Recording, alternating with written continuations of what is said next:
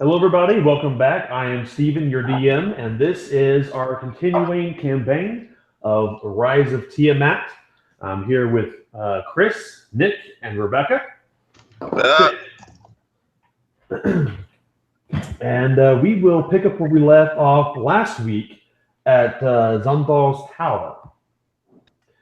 I'm awake. Yeah. So now that Chris is awake, we may complete this scene. So you are dashing away from the pagoda, and you trip. And actually, everybody, roll me a acrobatics check.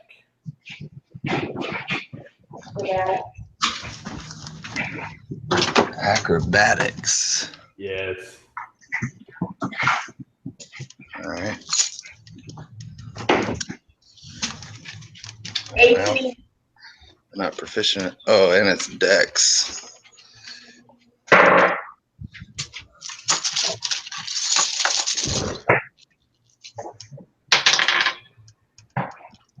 $14. Okay, what the rest of you guys get? 18. 17. All right, Smite, you stub your toe on a rock, and you trip and fall into the hedges. And when you roll out, you realize, you blink your eyes, and you look up, and you see that the tower is directly in front of you. I found it, guys. And yeah, so All you have to do is trip over this rock. It's kind of, I mean, honestly, it's kind of dumb. But the last step of escaping the maze was when you see a sundial with a shadow pointing to every direction. Like the way to get out of the maze at that point is just to jump through the hedge. So yeah, y'all trip over this rock, and you'll be able to So make it. that's like, okay, like I'm not going to waste time waiting for somebody to just guess that out of the blue. So we're moving on. Okay, what I was gonna say is Tagwin knows she went through that hedge and had to start from scratch. We need to start from scratch, so we'll jump through it too, thinking it'll bring us back to town. And we'll Yes, and then you realize, holy crap, that was the only way to get out of the hedge at that point, was you just jumped to the nearest hedge. Anyway, yeah, so there are a lot of interesting encounters in the hedge, but the actual mechanics of how you make it through, honestly, is terrible. So, you see that the tower stands before you. Let's see. And you can actually see, you can pull it up on the drive now, an image of the keep.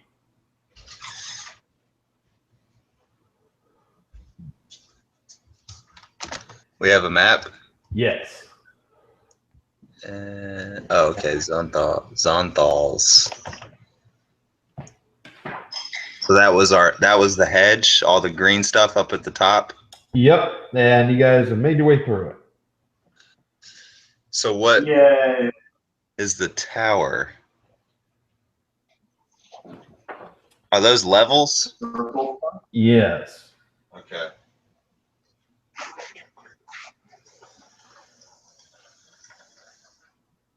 All right, so you see that there is a staircase that leads up into the first room. Let's see. The tower appears to be square in shape, but when you step into the first room, you immediately realize that it is actually a cylinder in structure. So there appears to be some kind of magical effect to create an illusory effect on the outside to make it appear as if it's a square tower, when it is in fact a circle one. Have we rested at all? No, you have not yet rested. Okay. And you know that Iskander is being pursued, and the cultist dragon might recover the mask if you stop and dally. Time is of the essence. Yes, time is up the essence. You don't have any time to take a rest. Get your own bowl. It's all good. Who needs spell slots anyway? I have Hazaron. Yeah, me. No. So Gilatoranax, he sticks his head into the doorway and he squeezes through it and pops out the other side. And he grunts, he says, It's a tight fit. I'm not going to be doing much flying in here. And he looks kind of worried around at the confined spaces. Well, you haven't done a lot of flying in the last 7 years, so it shouldn't be too tough to. He looks down at you and gives you a withering glance. Hey, easy, buddy, easy. Who got your wing back? I did. He points, and Gillet Tornox points over at no relation with his thumb. It was a group effort. It was a group effort. No relation is nothing without his friends. Okay. So let's see. All right. So you step in the first room. Yeah. And the general makeup of the area is that the walls, the rooms are lit by narrow slits and magic lamps. In fact, like you can feel, you know that they're magical because there is no heat emanating from these torches or from these oil lamps. So they are magically illuminated. The ceiling is 10 feet high. So Gillitornax is basically like ducking his head inside of this room. Oh, that's it? It's 10 feet floor to ceiling? Yeah, it's 10 feet floor to ceiling. Okay. And he says, I don't feel comfortable here. Yeah, I bet. Okay. So which of these rooms is actually the first room that we're in? And do we see a stairway or another door? I'm going to assume a few things.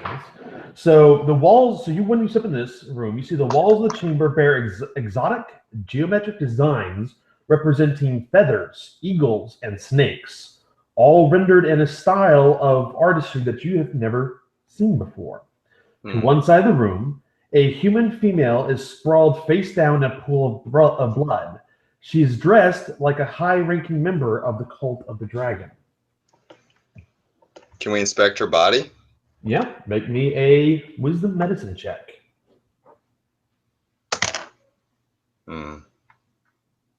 That's an 8. Would anybody like to assist him to give him advantage?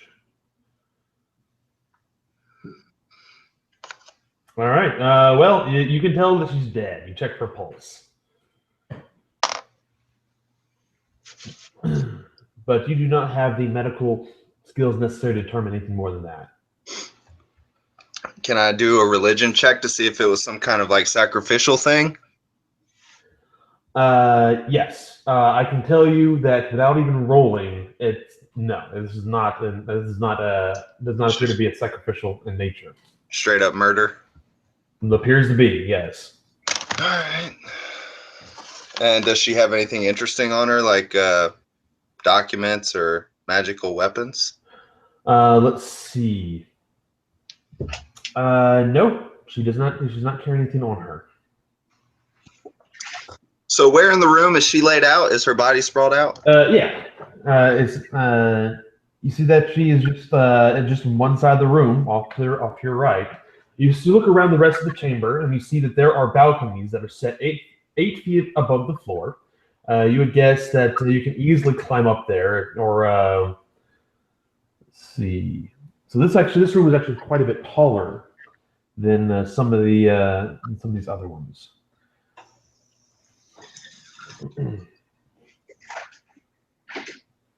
So larger than 10 feet? It appears that this particular room is. There are balconies set 8 feet above the floor, and you can easily reach them by climbing. When you get up there, you see that there is a teleportation circle. Oh, shit. Can we do Arcana to figure it out? Yeah, because this doesn't tell you anything about... This is so dumb. All right.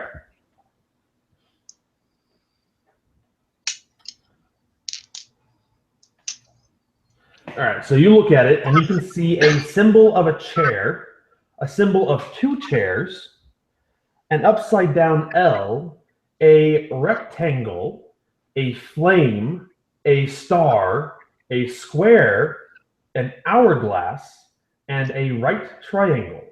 Ugh. And it's readily available.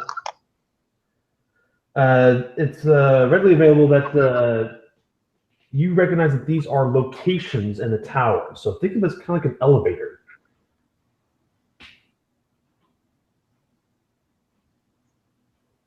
Mm. All right. It's an hourglass, a right triangle, an upside down L. A chair, 2 chairs, and a star. Yes, there's a chair, 2 chairs, an upside down L, as in like the letter L, a rectangle, a flame, a star, a square, an hourglass, and a right triangle.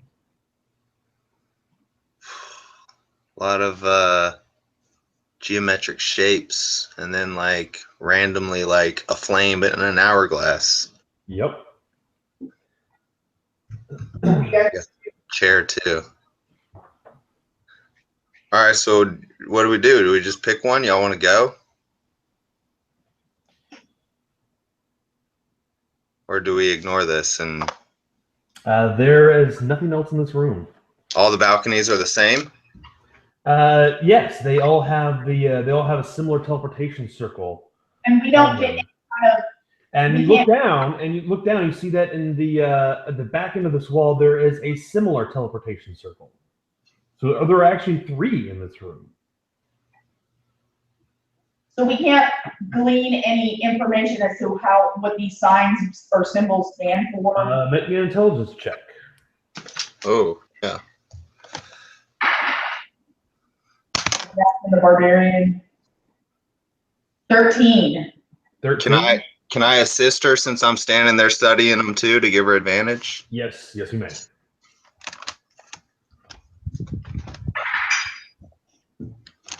I rolled the same number, 13. Okay. Well, it occurs to you that Iskander had been waving something that was hourglass shaped at you. So he said that the key to get to the Yes. to follow him was well, he actually had a actual key. There is an hourglass shape on this pad, so to speak. There is an hourglass rune on here. But you don't see the key around here anywhere. Hmm. Do we see any other keys to any of the other places around? No, this appears to be some kind of audience chamber. Some place where the wizard Xonthal could meet with other individuals. There is a table. You can see this is going to be the top right-hand corner of the 6 rooms on the map. You see that there are 2 balconies on the left and right-hand side. You see that there are chairs, tables, and whatnot. Should we do the hourglass symbol? You want to reach out and touch it? I do. All right. You reach out. There is a faint glow emanating from the hourglass symbol, and then it goes out again. Can I use Hazaron to detect magic? He said it's obviously magical, dumbass. Yeah, but he can't like. All right, let me check. Oh, it's transmutation magic. Yeah, that's useful. It's a teleportation circle, Paladin. Oh, How's it work, Hazaron? you got any more of those tasty souls? Tell us where to go. Mm-hmm. I've never been here before. All right. What did can we recall what Iskander said to us as he was being chased out of the battle? Intelligence check. All right. Are you intelligent? And I'll let you have advantage because you have the time to talk with your party a bit about this. Okay. Can I guidance on top of that? Yeah. That's the thing you can use guidance for. So what do I add to it? A D4. Okay. Guidance. Extra D4.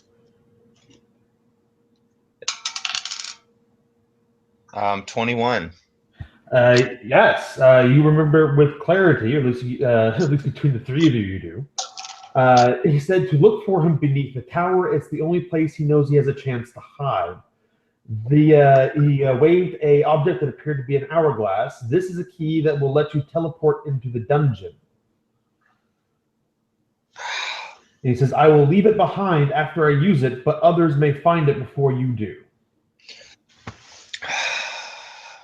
Do we know this is where he was when he was hollering at us? He was out on one of these balconies? Not on this room, no, because this doesn't lead out to the open air outside. Okay, so he was at a different area of the Yes, tower. he was at a different area. All right, so where did he leave this key for us, y'all? Where would he have done that? He said he'd leave it behind. You don't know what that means. Probably whatever room you saw him in. But he also said that other people may pick it up, so it could be in any one of these places. Somebody has it. Maybe they already take it down in dungeons, or if that's even possible. Can we teleport? You've only touched one symbol so far. All right, what about the upside down L? You touch it? Yeah. You touch it, and the rest of you behold as Smite vanishes. Oh shit. All right. What? Let's go after him. So you reach out and touch the same symbol? I mean, I can't let him go by himself. He'll die. He'll get into trouble. You know how it is. All right. So,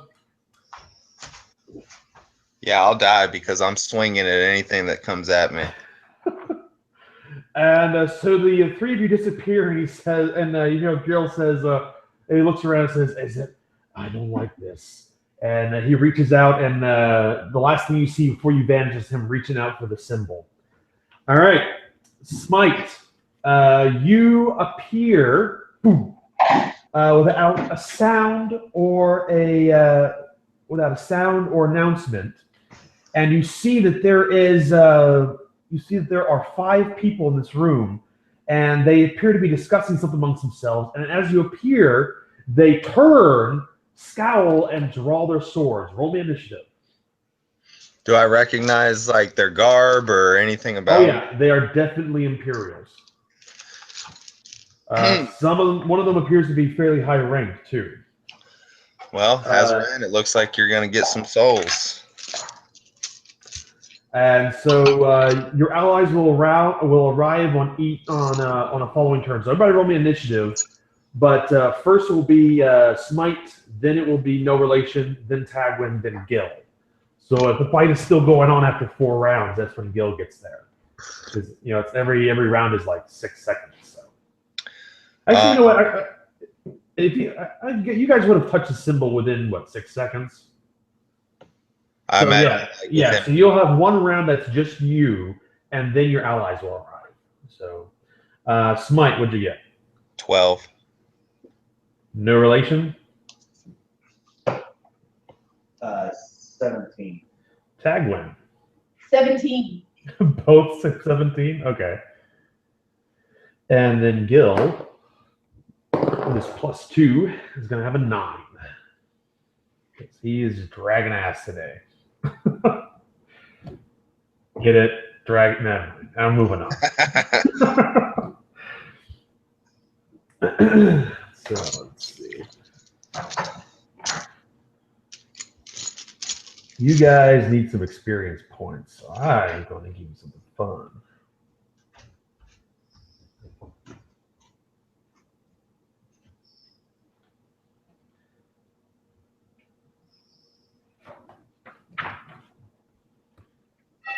Uh-oh.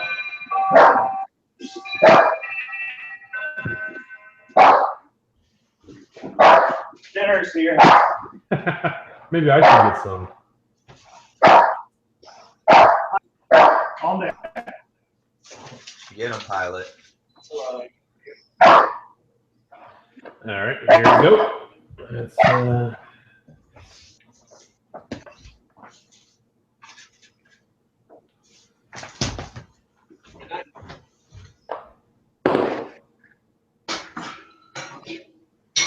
Don't forget, we have a wand of fireballs. a wand of, Rope. was it a wand of fireballs? That's. We got a wand of fireballs. Or that necklace. I thought it was the necklace of fireballs. No, I don't know why I wrote wand. Necklace of fireballs.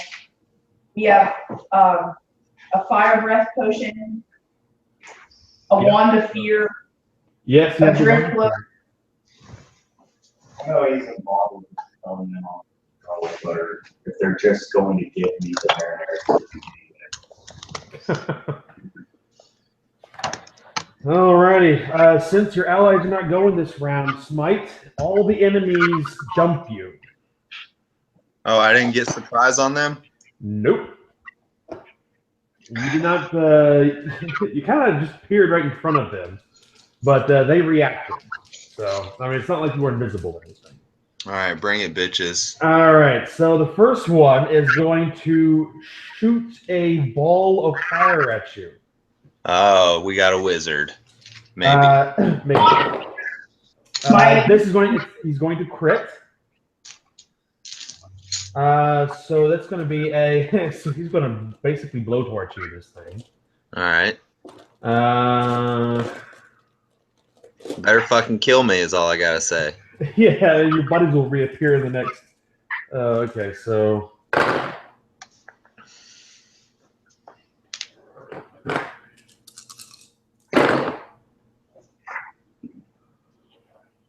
It's 42, 49, 54, 57, 58, 61, 64, and then 72. That's it? 72 points of fire damage. Oh, okay. All right.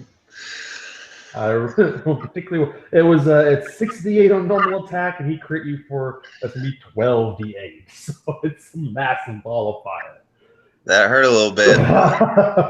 Do you have anything to stop up stop up that damage? My body. Oh, God. All right. So that's all that he's going to do. Then his lieutenant will run over to you, and he's going to run over with his allies, and he's going to attack you. Okay. Let's see. He's going to get 2 attacks, and he's using pack tactics. So that is going to be a 22. That'll hit. And a 19. That'll miss. All right, so you're going to take 1 hit, which is going to be 9 points of piercing damage. All right. So I go down and I come back up with 1 HP. And another 9 points of cold damage. And I am unconscious. Alrighty. Let's see. The other guys, they're just going to stab you once. So you're going to take 2 hit death strikes. Because they are just going to stand on top of you and start poking you to death. Next round. No relation, Tagwin and Gil appear in the teleportation circle. You're all crowded on the side of the room. As soon as Gil teleports in, everybody is thrown outwards. So they're all pushed against the walls, and this is very confining space. So you don't have any room to move around in here. Let's see, because you have when you teleported in, you are now in. Let's see, the room that is on the top left-hand side. And there's a teleportation circle right there in the middle, and they were all in that corner right in front of you. You teleported in, And you're all mashed into one side right now, with Gil basically stuck in the middle of the hallway between the walls. No relation. It is your turn first. You are engaged with all the enemies, and you see Smite's lifeless body right at your feet. It's not lifeless. Not yet. It is. It's very nearly though. All right, I'm gonna pull out my staff of healing over the head.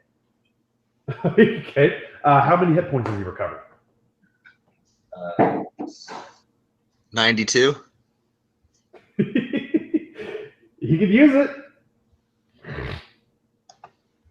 Oh, this is the most the staff can do. Well, not the most the staff is capable of, but the most slots I can use on the staff at once. Right. You was attaching to 5th level Cure Wounds. Yeah. Okay.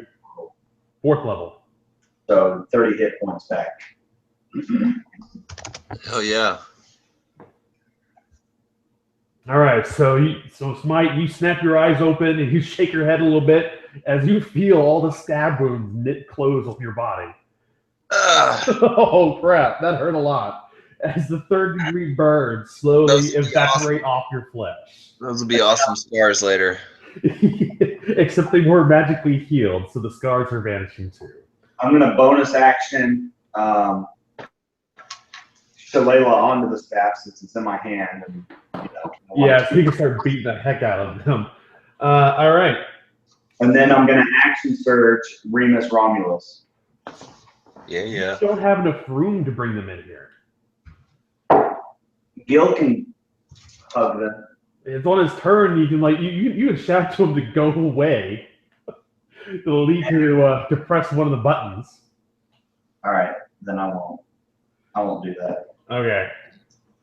Let's see. Can you ready that action? Hey, how tall is the room? The room is 10 feet tall. All right, never mind. Yeah, there's just not enough space in here. Like you were, yeah. He's starting to look very uncomfortable and he's growling. He's beginning to snarl.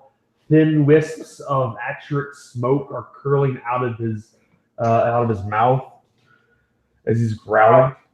It's probably too tight a quarters for a fireball too, right? Are you immune to fire damage? It's not if you're immune to fire damage.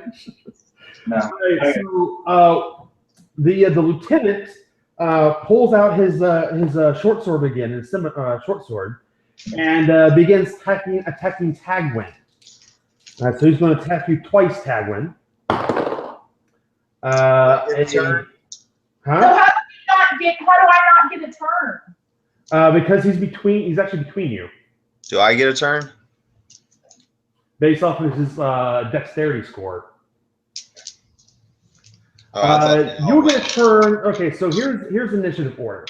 It's going to be no relation, the lieutenant, Tagwin, the captain, the other flunkies.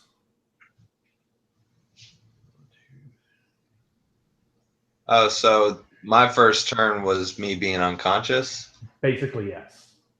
Did you make a death? I wasn't gonna make you make a death roll for it because they're basically standing over top of you and stabbing you to death. Your saving grace was I knew that you had people coming in behind you. And then so when no relation teleported in, that started the regular initiative. That started the initiative back over from the top. Okay. All right. Cool. Because you guys, you went first. You pressed the button. You went first, and everybody that's falling in behind you. Well, Maybe next time you all hit the button at the same time, just in case there's something that can kill you all on the other side. All right. So next is going to be. Disadvantage. Actually, he's attacking regularly because he normally has pack tactics, but since you're all crammed in, it's going to be normal. So Yeah, but I have my cloak. So he gets a 14 for his first attack. You're fine. Quit whining. Second one is going to be a crit. it's not too bad. It's just a crit. It's just a crit. So that's going to be 9 points of piercing damage. And they're going to take... 9 plus... so it's going to be 12 points of piercing damage. And there's going to be cold damage. 4, 5, 10 points of cold damage, and that is both his attacks. Now, Tagwin, it is your turn. What total damage is that? 24? It was 12 plus 10, yes, for 22 actually. Okay, sorry. Let's see. Okay, are these jokers, are they like, have any dragon lineage to them or whatever? Are they affected by my dragon slayer?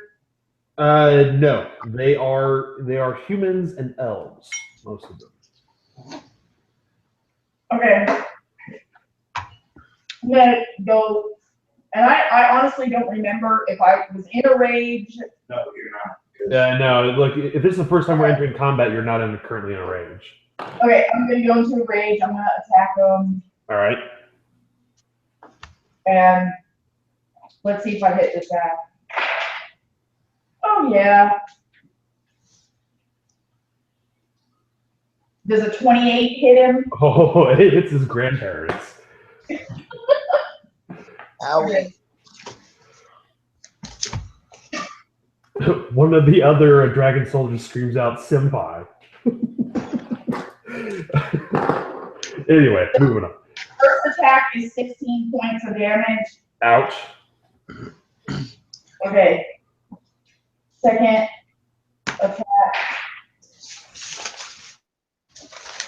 Oh, that sucks. 11 doesn't hit him, does it? 11 to hit. That is not sufficient. I want to. I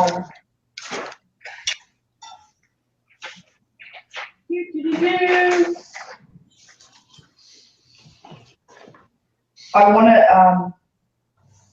Well, you use a bonus action, and then you use your attack action. So you should have, what, at least one more attack, right? Yeah, I do have one more attack. Well, no, you said it was 11. That's right. Yeah, so 28 and 11. Yeah, so you have to wait for your next turn to use your bonus action to frenzy, or frenzy and then use your bonus action to attack, if that's what you choose to do. However, with the critical hit against you from that previous guy, your displacer cloak is no longer active. But fortunately, because everybody's packed in here like sardine cans, it's not going to really change anything. So after Tagwin, it is going to be the captain. She is going. I can represent him. He missed me. Yeah. You know, before we get too far on, you can do that if you want to spend that point. Make me an attack roll. Okay. Yeah. I missed him again. I rolled a 2 again. And also, I should point out that as long as you're all crowded in here, it's at disadvantage unless you have something to offset it. The dragon cultists, they have pack tactics. You could use reckless attack to offset it.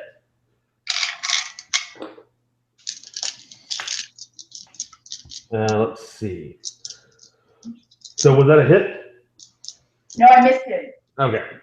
Then going on to the captain, she's going to strike out. She's going to try to plead to the dragon. She says, "Oh, great dragon, help us help us destroy these miscreants and recover an artifact for the glory of your kind." And Gil is just going to snort at her. And when he doesn't respond, she attacks no relation. She's rolling this at regular because her advantage is offset by the crowded situation. That is going to be a 24 to hit you with her short sword. Ooh. That is going to be 6 points of piercing damage, and she's a fire type cultist. So it's going to be fire damage. It's going to be 1, 3, and then total of 8 points of fire damage. She's going to attack you a second time, and that is a crit. God dang. I'm making up for my last session, man. I'm making up for it. Let's see. That is going to be 12 points of piercing with her sword. And then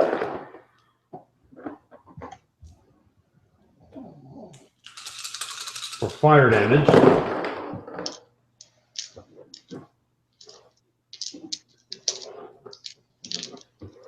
28 points of fire damage. And that is per turn.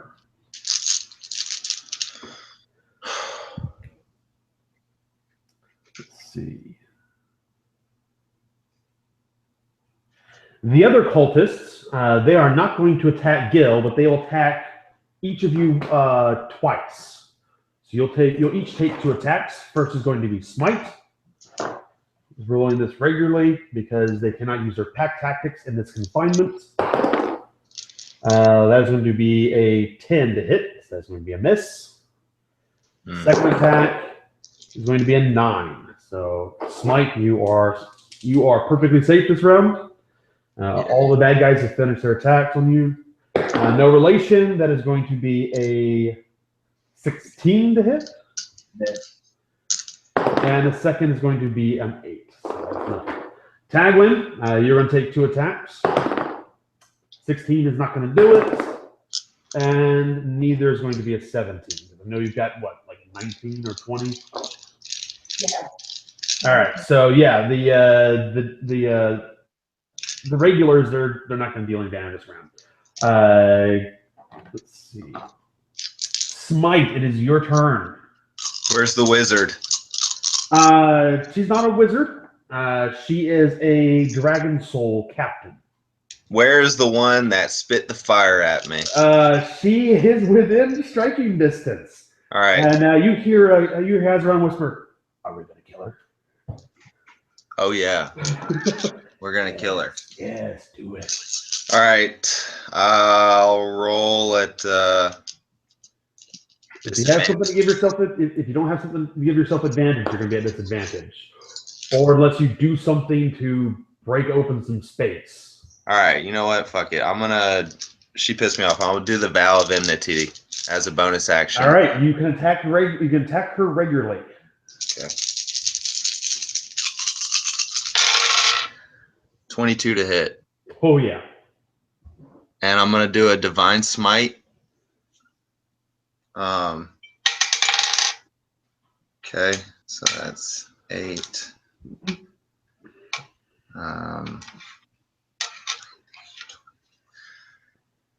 26 on the first attack.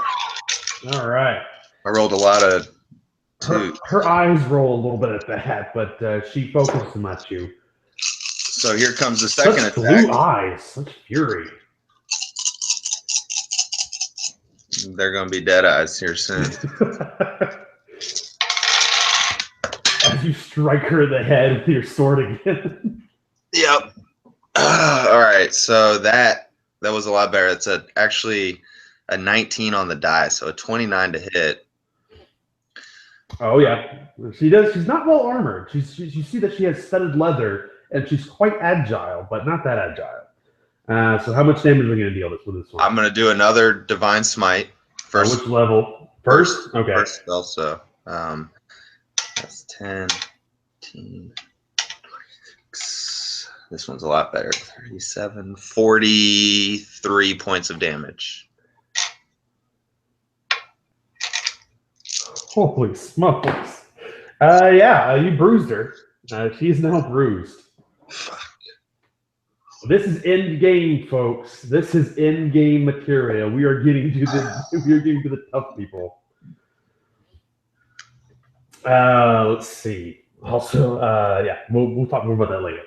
All right. So as far as movement, where can I move out of here? Is there a door that I can go in? You can. It's all difficult terrain. You can slide by and you can push into a door, but that would use all of your movement just to get to the door frame. Can I just smash the door open? You'd have to get there first, so you won't be able to do it this turn. Okay. Basically, you're pushing past Tagwin, No Relation, and Gil to get into the door.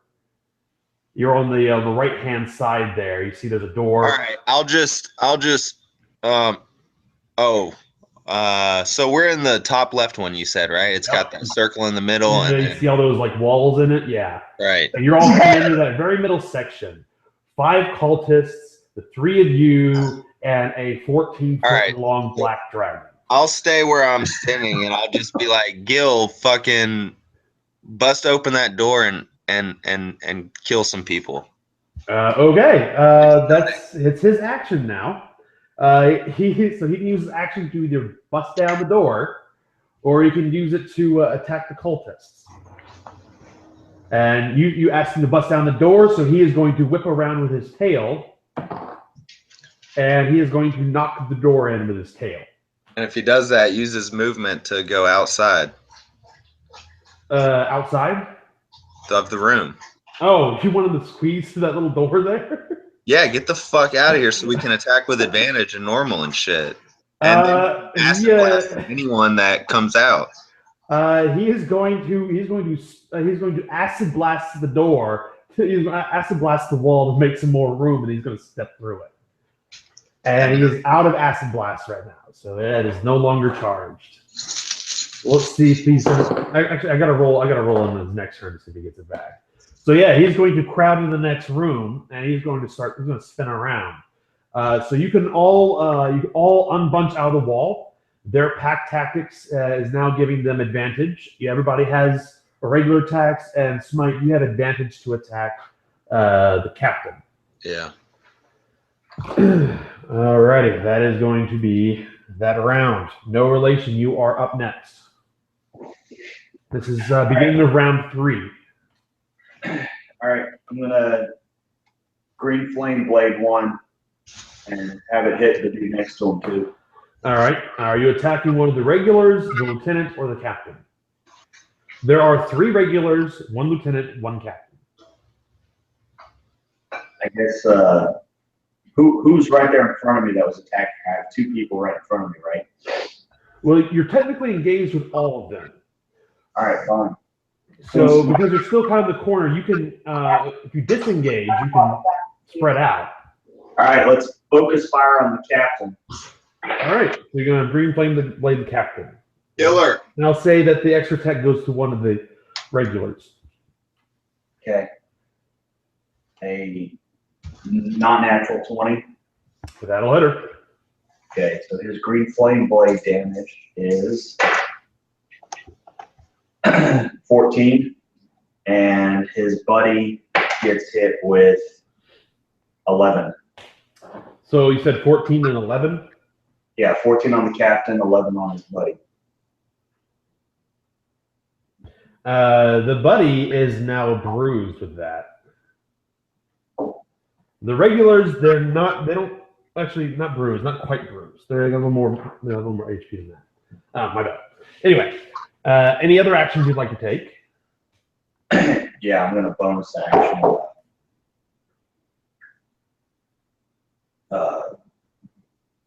Smite, you need help?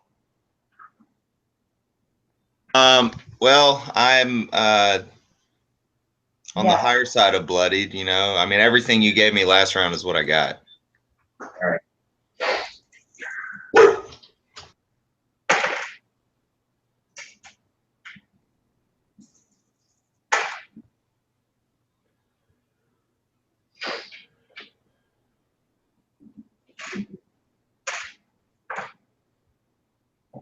All right, you got 15 more.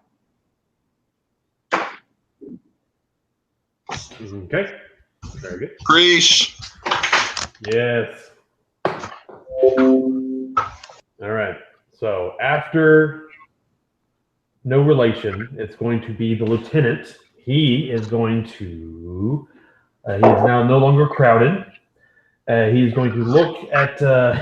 He's going to look at Smite. He's going to look at the captain. He's going to look back at Smite, and then he's going to charge it to an attack. Because he knows that you're gonna freaking put a hole in there. Can't let the paladin keep doing that. So he's rolling it for the damage. That is going to be a 19 to hit. Miss. The first attack, and second attack is going to be a miss. So he's trying to find a weak spot in your armor, but he's not getting it. And let's see. Now it's Tagwin's turn. Okay, I'm gonna attack attack? Who has more damage, the captain or the lieutenant? The captain, she's taking quite a bit of damage. She's over. She's past bruised. The lieutenant has taken very little damage at all. There was the damage that you originally dealt to him. That's been all he's had so far. And one of the regulars, one of the cultists, has been hit once with a pack of damage from No Relation's Green Flame Blade. I want to attack the lieutenant, then, and I want to use sweeping attack. So I am choosing another creature within 5 feet of the original target. If my attack roll hits on the second creature, it's going to be 8. Okay. So was a. I was just going to ask you if a 20 not natural hit them. That's funny. Yeah, yeah. If it's at least 20, you're going to hit these guys. Okay, so the first guy is going to take on my first attack. He's going to take 16 points of damage. Is this lieutenant again? Yeah, the lieutenant, and then the second guy that is next to him, I guess it's the captain, is going to take 7 points of damage. Okay, so it's a sweeping attack. Yeah. And then my second really hurt now. My second attack is going to go toward the captain. And that is going to hit a 25 to hit. Yep. With 16 points of damage. Okay. Very good. 16. And she's like resting on her sword. She's panting. There's blood dripping off of her face and from underneath her robes. She is about ready to go down. You guys have focused a lot of damage on her. Can't heal neither because that necrotic too. How's that feel? Yeah, she cannot heal. All right. So after Tagwin is going to be the captain. She is going to say, "For Tiamat's glory," and she's going to attack Tagwin with advantage. To strike out at you. And then you know what? She's not going to. She's going to. Yeah. She's going. She's not going to try to attack you with a short sword. She's going to try to attack you with a ball of fire, Tagwin. This is melee, so her pack tactics is negated. And that is going to be a 25 to hit you. So you are going to take some damage. Okay.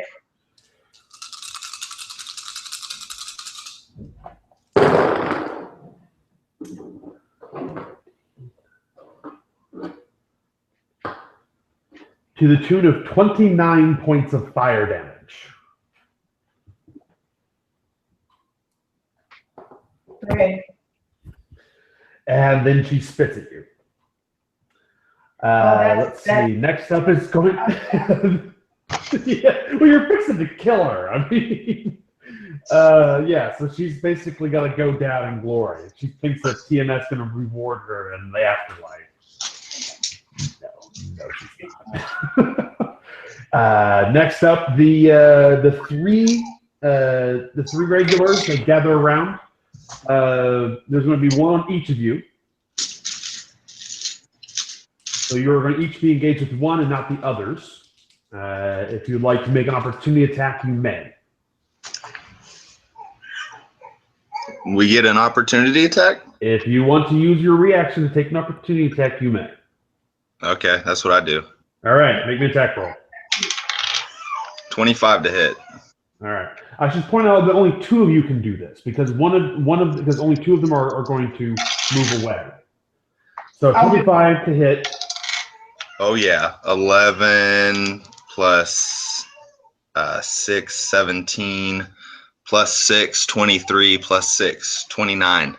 29. He's still alive. All right. So who's going to take the other up attack? I'm gonna do it. Or do you want me? Tag Oh snap! Does a 15 hit him? Ooh, does a 15 hit this one? Yes, just barely. So you do hit. I guess the closest one. Can I hit the captain? No, this is an up attack on the regular only. There's two regulars that are moving to engage you in a way that they can gain pack tactics without each being crowded around one of you. Hit the one, if any of them, the one that has the most damage, I hit him with 14 points of damage. Okay. Let's see. So all the regulars have damage now, and now they're going to make their attacks. They are in such a position as they gain pack tactics from their leaders, and they are all engaged with you separately. So we'll start with Smite. You're going to take 2 attacks with advantage. They're going to suck anyway to make up for my criticals earlier. That's going to be a 14. And the second attack on you is going to be a 23.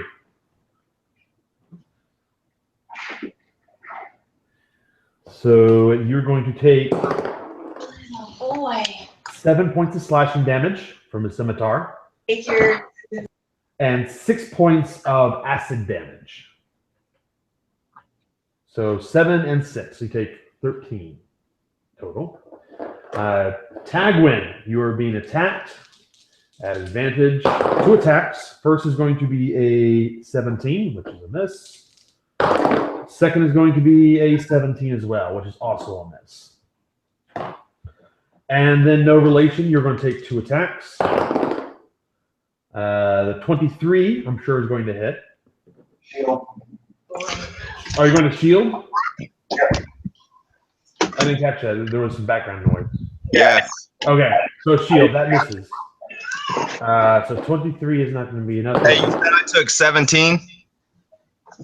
You took 13 total. 13, okay. Yeah.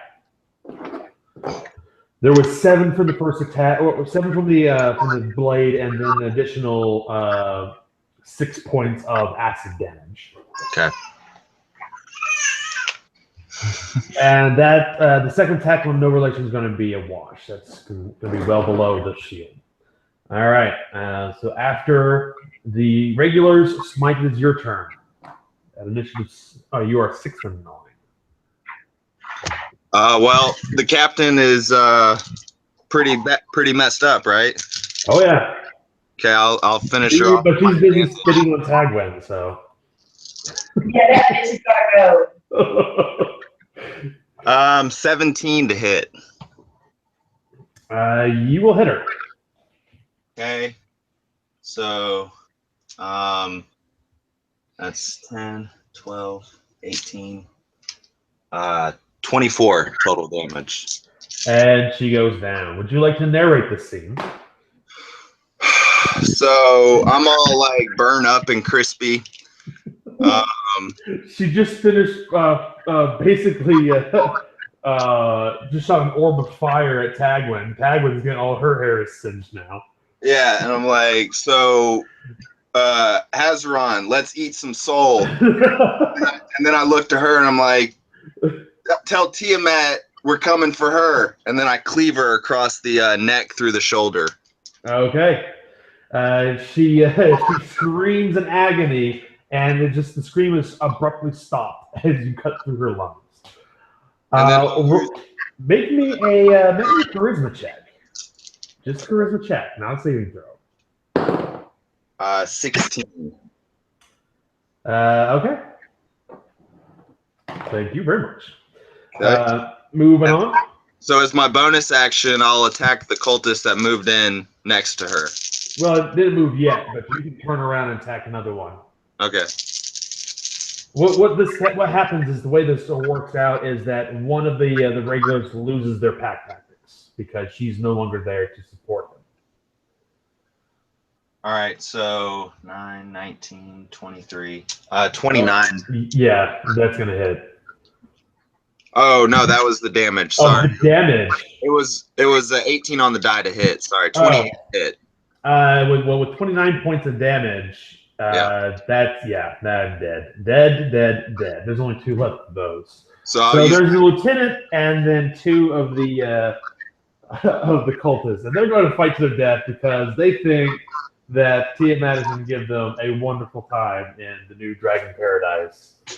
So for my extra attack, I'll look at the lieutenant and I'll say, "You can join your captain by Tiamat's side." Their eyes shine and they say, "Yes, yes, yes." 24 to hit. That's it. And 10, 15, 21, 27, 33 total damage. And that one's dead too. So there's just 1 regular left and the lieutenant. That's all my.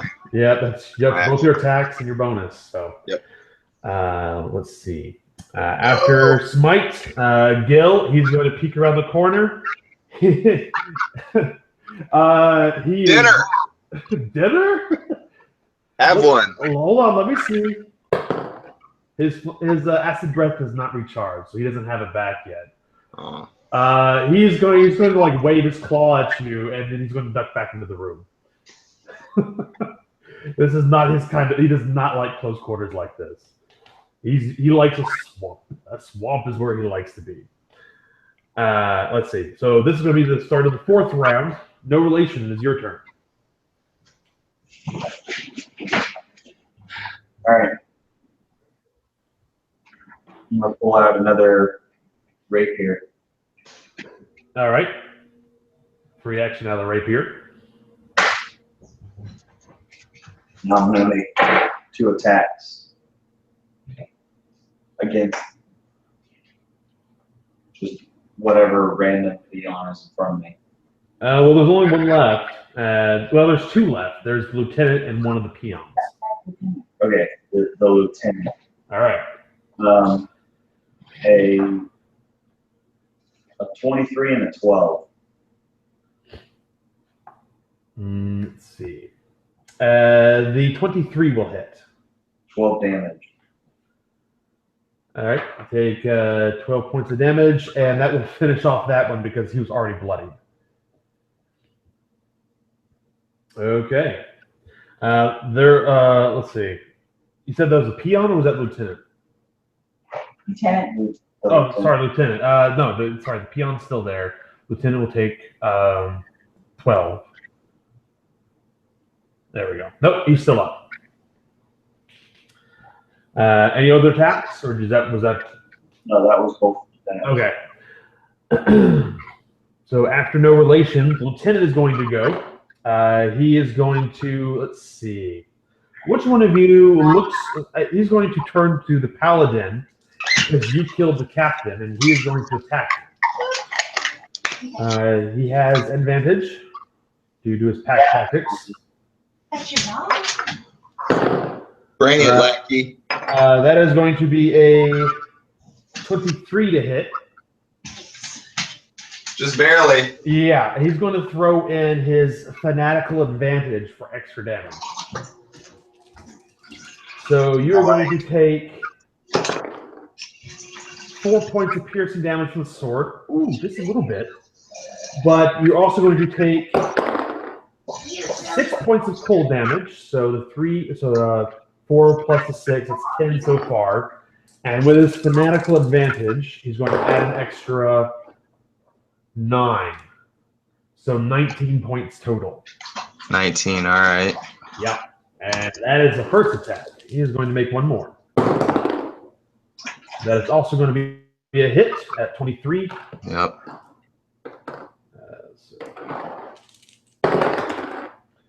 That's going to be another 7 points of piercing damage and 2 points of cold damage.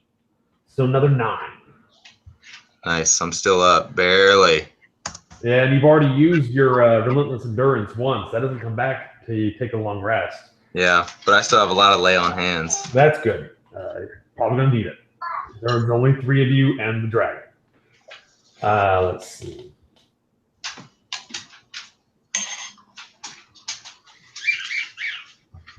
All right. Tagwin, your turn. Okay, let's finish this, Lieutenant. Oh yeah, if you hit him a good solid couple times, he'll go down. Yay, I hit him. 26 to hit, Yep. and my damage is 13 points of damage. 13. He's still up. Then I hit him again. Man, that's terrible. I missed him. 11 doesn't hit him. No, 11's not going to hit. He's wearing studded leather. It's your blow glances off one of the studs of his vest. I keep rolling 2s. That's not good. C'est la vie. Let's see. I don't think you want to move around anywhere and provoke opportunity attacks. Let's see. Are you attacking recklessly? Yeah, actually, you need to announce that at the start of your attack. So I just want to do that because when they go to attack, they'll have advantage. It gives them advantage to attack you, but they've got pack tactics. They already have advantage. Yeah. So like next round, that'd be a good thing to go into. Is if they're already hitting you at advantage, you might as well start using relentless attack. But next up is going to be, let's see, the captain is dead.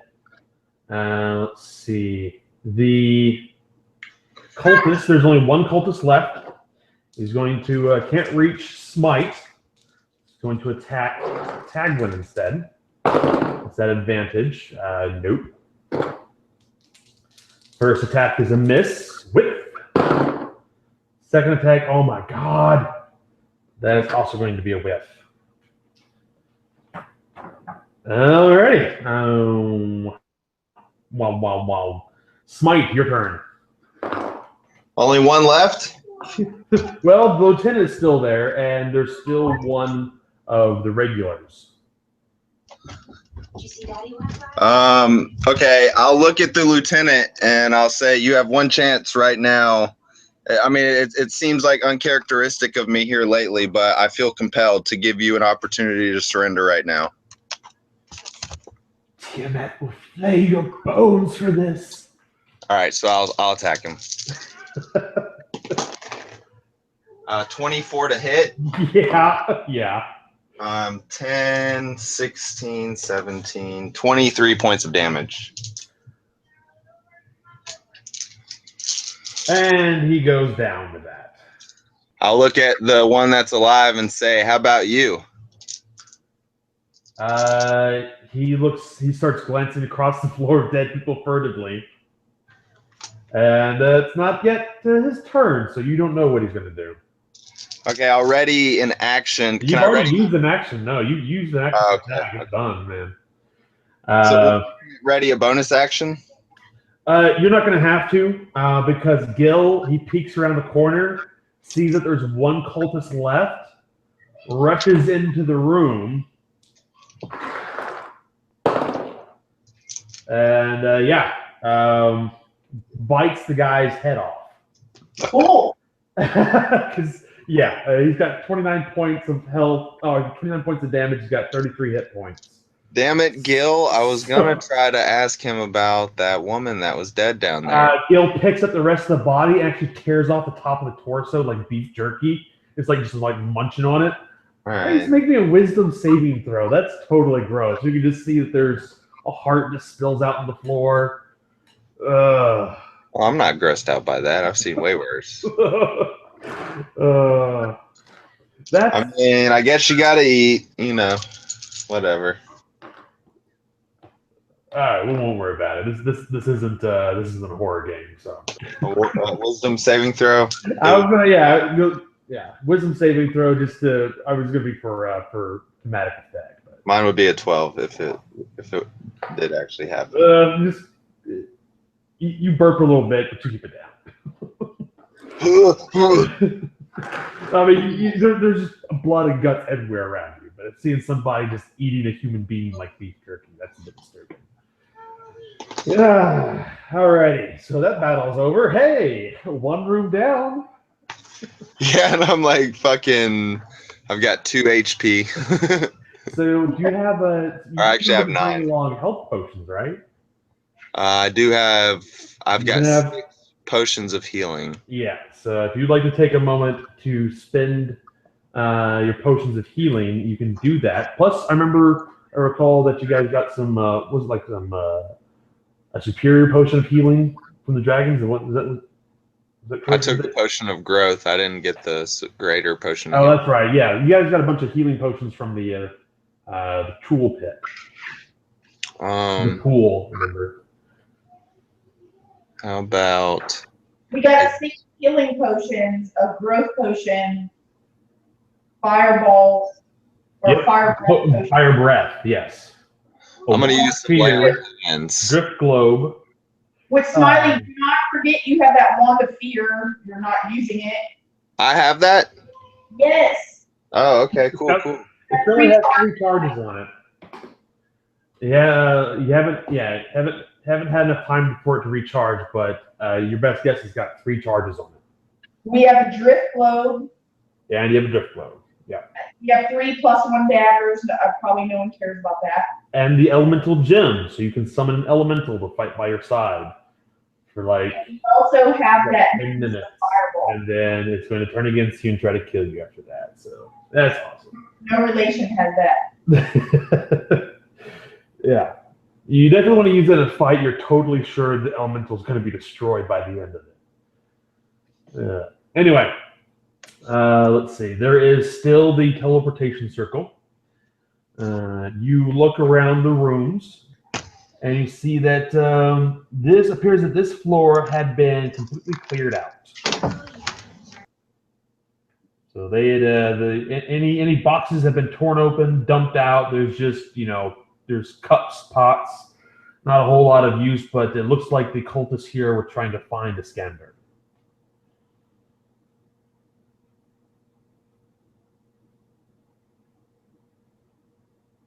Okay. No sign of an hourglass. Nope, not currently. So can we go back to where those symbols were, or we can just? Yeah, so you can go back. The symbols are there. You look at this one, at this circle here. You see that there is a symbol for a chair, a symbol with the upside down L, which was the one you pressed to get here, a rectangle, a flame, a star, a square, an hourglass, and a right triangle. Let's touch the hourglass one. You touch the hourglass, and it glows momentarily, and then goes out.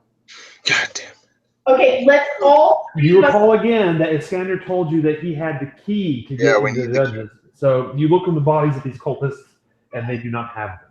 All right, so we need to go to another area. And then again, upside down L, We went to. hourglass. Nothing happened. A flame, a star, and then some geometric shapes like a square, a rectangle. Let's all 3 touch all 4 of us touch the star. Go to the star. All right. All of us at the same time. Okay. That's what we do. Okay. And he said it was a star, and you touched it at the same time? But we do it like we all stand around it, and it's like glowing and shit, and then we put our hands in like, go team. And we fondle each other's hair. Let's see. You appear in what appears to be an observatory.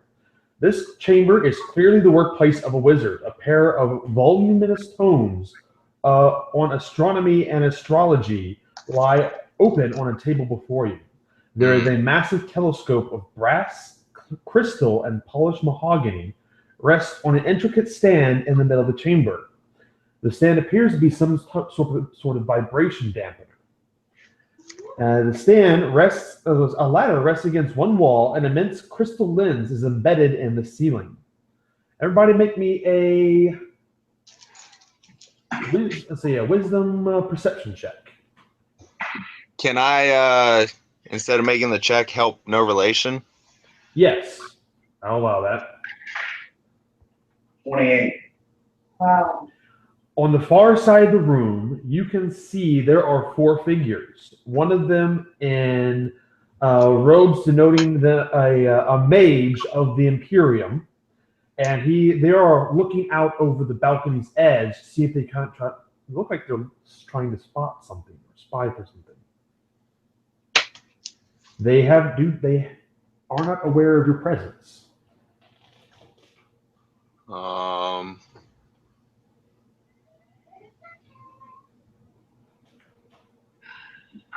Shit. But it's not going to take them long before they do. So you got to hurry. I'm gonna cast Entangle. All right. I'm gonna charge for him. No. We'll talk to them, but I don't want them to be able to move. Okay, so they are going to make their checks. What is your DC? 16. 16, huh? Okay. I'm gonna charge forward, so if they break out of the entangle, I'm there. But I won't attack. Yeah, I won't attack. I'll just stand there. They may not be hostile. You're right.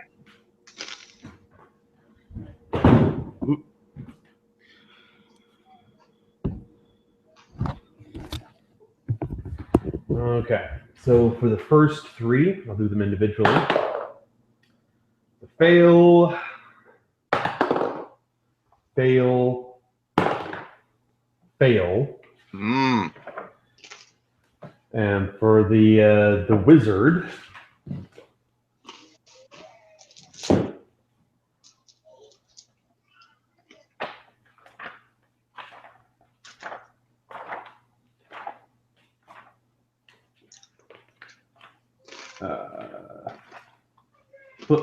okay, here we go. The wizard passes. So the wizard is not restrained. And he turns, and so you've restrained three of them, and he turns, and everybody roll me initiative. I look him dead in the eye, and I say, it doesn't have to be bad. They are currently 50 feet away. They're out on the balcony. The balcony is about 10 feet out.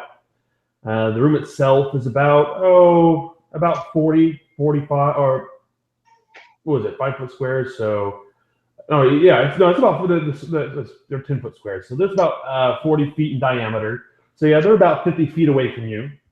Everybody roll me initiative. How long did it take? No relation to cast Entangle. That's an action. You did that as a surprise action. You're rushing forward. So how much movement did I get in the amount of time that it took him to do that? If you're dashing, you can get all the way up to them. What is Tagrim gonna do? I dash up. I'm going to fight. All right, so you dash up. Gil is going to flank around the side of the telescope. He is gonna, let's see, does his breath weapon recharge? No.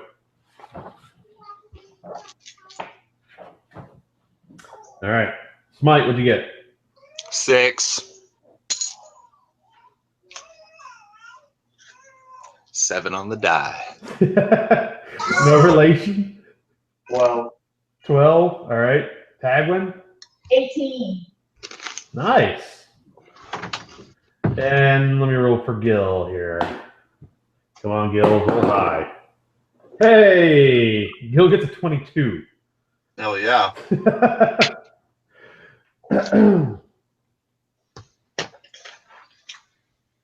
Too bad our dragon acts first, y'all.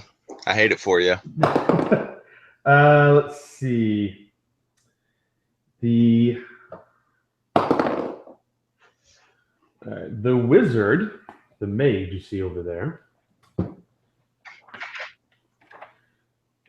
says something in a language you do not recognize. It is not Draconic. Could be a spell. Great.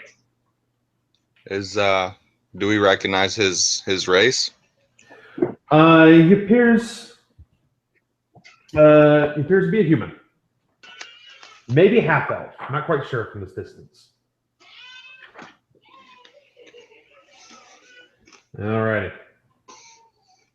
So they're going to be terrible at that.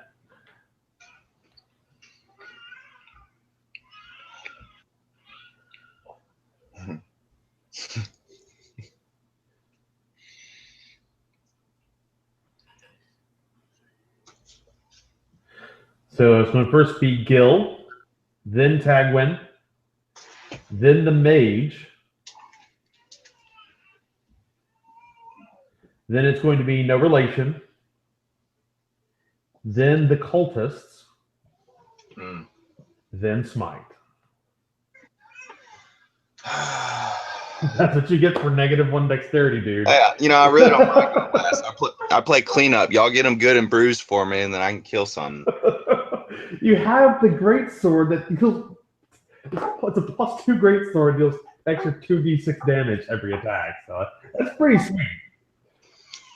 Yeah, plus the D8 from the improved Divine Smite. That's been killing it. Yeah. And it's a weird combination of necrotic and radiant damage. That's bizarre. All right. The yin and the yang of Smite's soul. Yeah, literally. So Gil, he is going to rush around and he's going to attack one of the trapped cultists. He has advantage because they are restrained. It's easily going to be a hit. Let's see.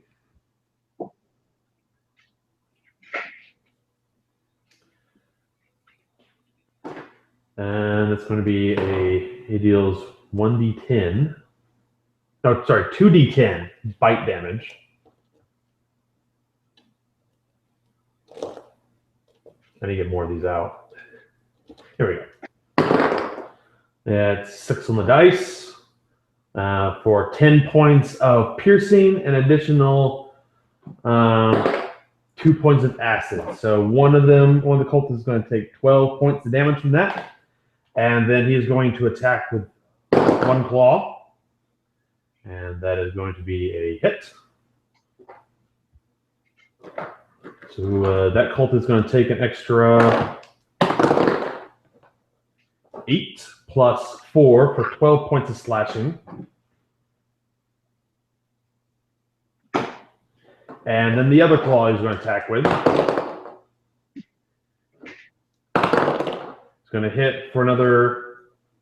That's going to be another 12 for, 12 points, which is going to kill him.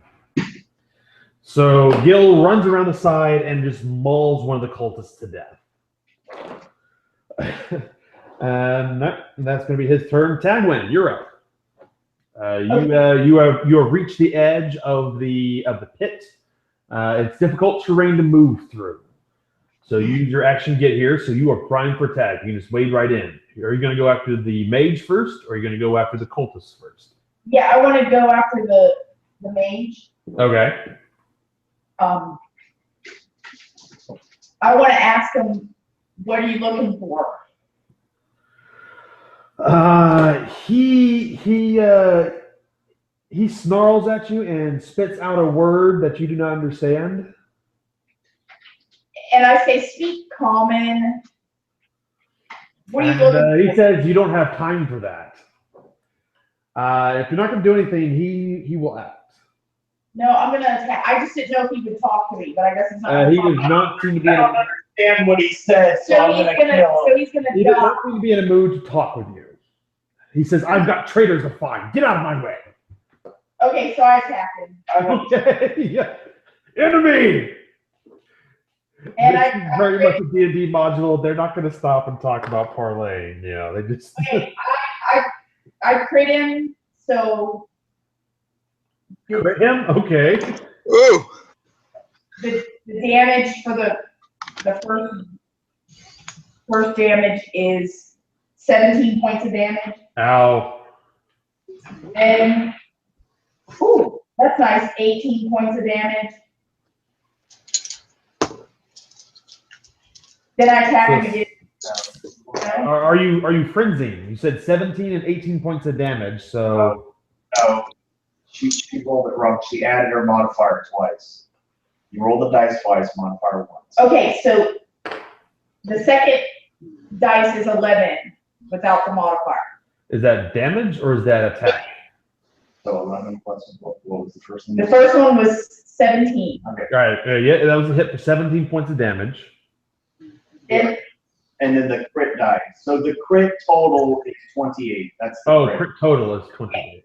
Yeah, you roll twice the number of dice, and then you add the modifier once. I want to crit. Well, in Luantu, guess what you can do with inspiration? Crit. Yes, and Luantu, that's one of the bonuses I'm going to do in Luantu is you can use it. You can spend an inspiration to turn a regular hit into a crit. When you really need that extra damage. Huh? For my second attack, 23 hits him. Yeah, 23. So he's going to take 28 points of damage from your crit, and then what is he going to take from this one? 15 points of damage. Okay. Takes 15. That's all I got.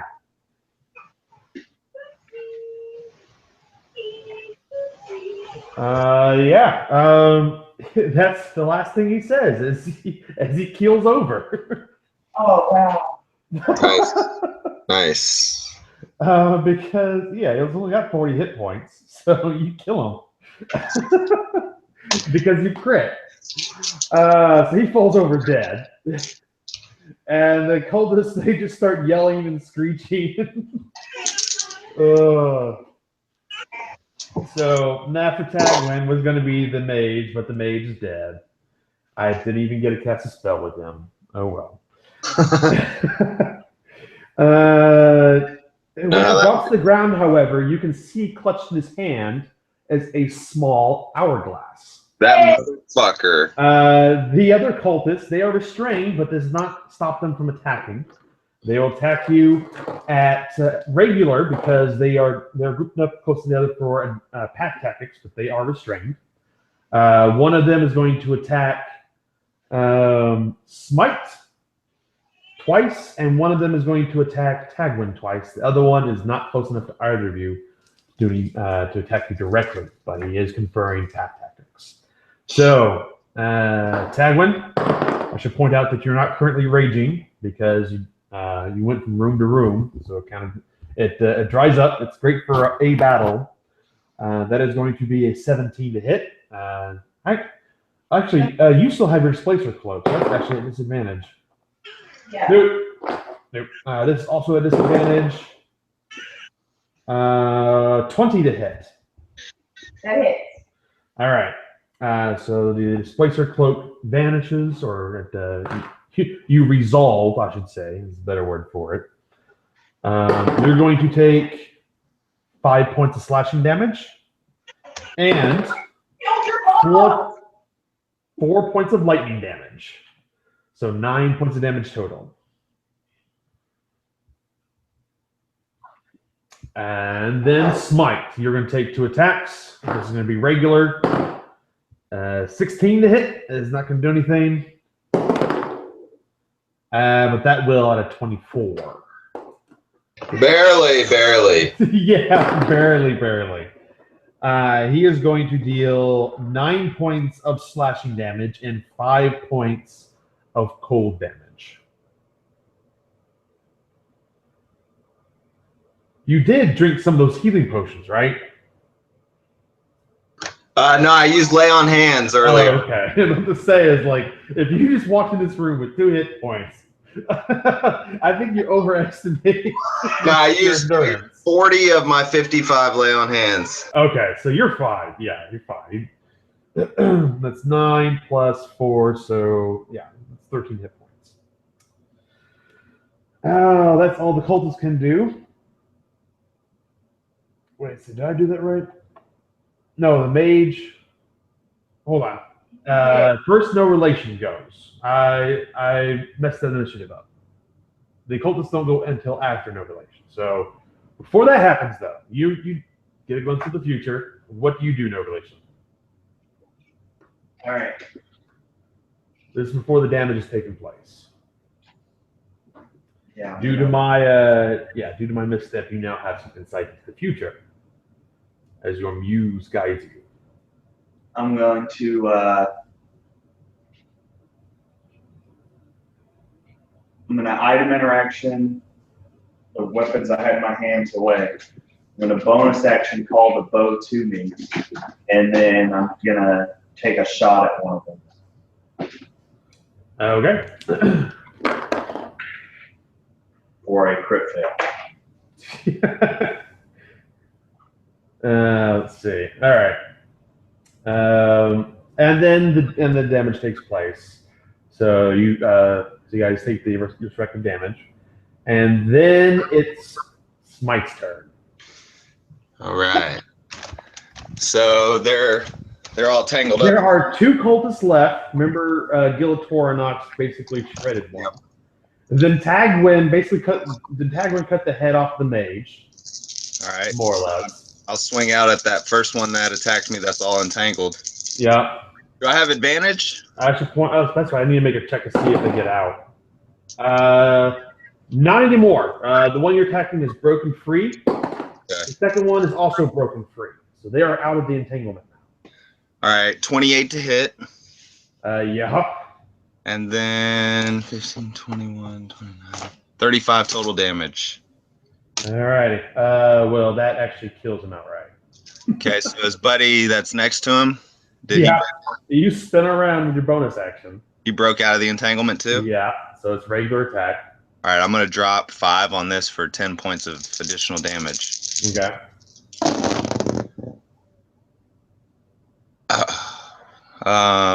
14, a 9 to hit. Nope.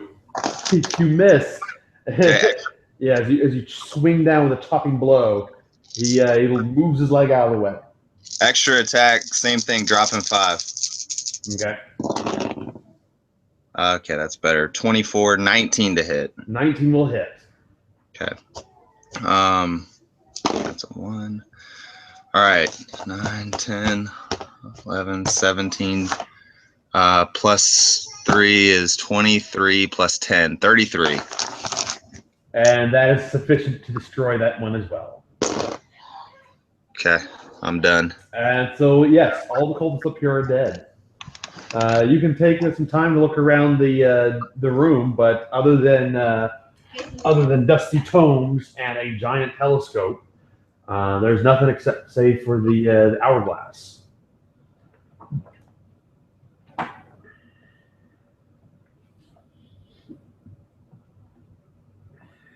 All right, let's take the hourglass. Yeah, we're definitely getting the hourglass. All right. So, so how do you want to do this? You know that the hourglass is the key. Can we go back to the symbol? Yeah, you can go back to the teleportation circle. It's still there. Okay, we all We hold the hourglass and touch the circle, right? we're all touching the hourglass, and we press the hourglass up against its symbol. When you touch the hourglass up against the symbol, you teleport into the dungeon. Phew. When you get there, you see the hourglass is gone. It appears to have remained behind. Oh no, it didn't come with us? No. Bummer. Oh well. No. Yeah, but somebody could come behind us, that's all. It's possible. However, when you get here into the dungeon, let's see. You see that you're on another teleportation circle, and there are the same symbols. So you could teleport out basically the way that you can, use the other sections. So you don't need the key to leave the dungeon. You just need the key to get inside it. Okay. So you're not trapped here. But it does mean that somebody could pick up the hourglass on the other side and open up the dungeon. Yeah. When you appear on the pad, you see that there are 3 dead cultists lying on the floor in front of you. Do we see it? Do we see anything on their corpses? Make me a wisdom medicine check.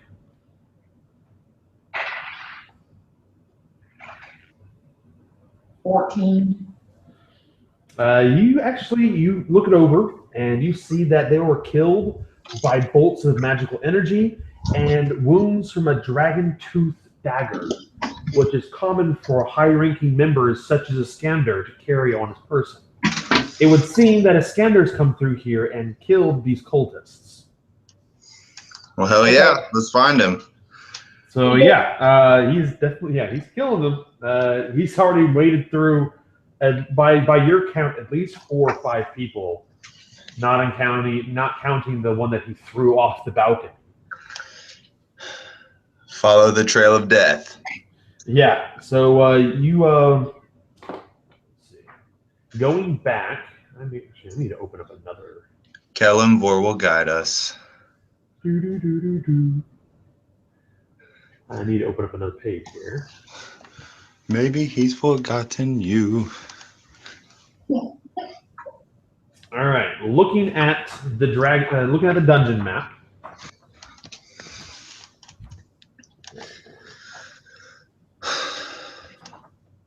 Okay. You see that the one in the bottom left-hand corner, that little 6 square space, that's where you appear at. So there is one tunnel that leads to the next room. Okay, that little square room down there. Yep, a little square room down the corner. There's a room that is up ahead. It appears to be brightly lit. Is that a brazier I see? Yes, it appears to be a brazier. A brazier? You do not see directly into the room, however. All right, I'm gonna walk you up. All right, you walk into the room, and you see that there are 2 large figures that are standing by what appears to be a fireplace, and then the fireplace turns, and the fireplace looks at you, and there is a face in the fire. And this face opens up a maw, and you see inside this maw is a dark shadow, and it says, "Intruder." And the 2 figures turn around, and you see that they are earth elementals. It's not serious. Roll initiative. Okay. Yes, they are. Yes, you're going to fight fire. Fight elementals, right? They are. Yes, they make me a religion check to find out exactly if you can learn a bit more about them. Oh, 27 on the religion check. Oh, yes. These are earth elementals. It is not uncommon for wizards to bind elementals to their laboratories and such in order to guard their locations. So Xonthal has probably told these elementals to kill anybody that comes to this room. You can see that there is a splash of blood on the floor here, and it trails off to the next room. So Iskander probably came in here, failed this fight miserably, and moved on and fled as quickly as possible. Blood streaks the floor here, including a smear trail leading out the back to the teleport chamber, and a second trail of bloody boot prints heading up the corridor to the north. And that's where you saw these creatures made of stone, and one as a humanoid made of flame. So, Smite, what is your initiative? 13. All right. Tagwin. 20. Nice. No relation? Oh.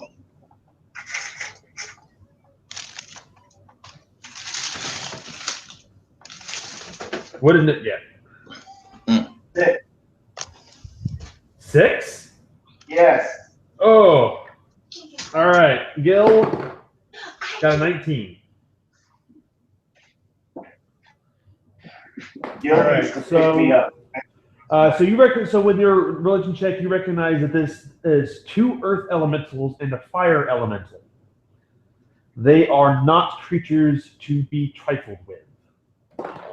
Yeah, we need to just keep going, following the footprints. Yeah.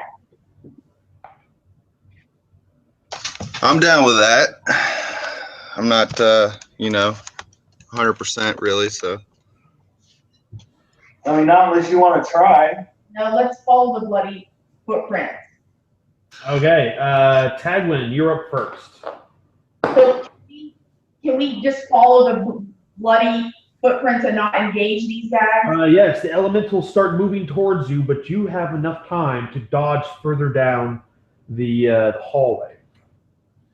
And Yeah, as soon as you step out of the room, their glance turns away from you. Okay, cool. And I yell back.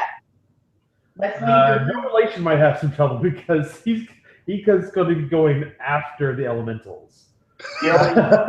So Gil, he is going to on his turn, he is going to run in front of no relation, and he is going to use himself as a human, as a dragon shield, I should say. He turns to you and shouts, "Run!"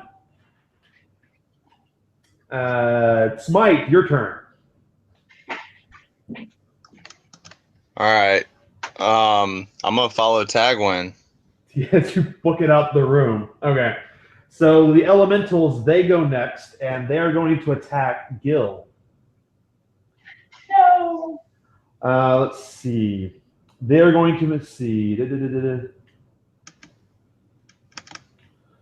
Both of the monsters are going to make 2 attacks. Both of the earth elementals are going to make 2 attacks against them apiece.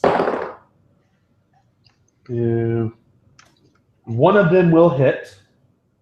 The other will miss. So Gil's going to take some damage from this. You ain't shit.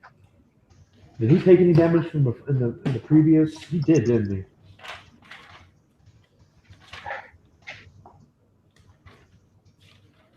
I did record. I made a record of how much health damage he took. He wasn't in the previous fight because he Gil didn't take any.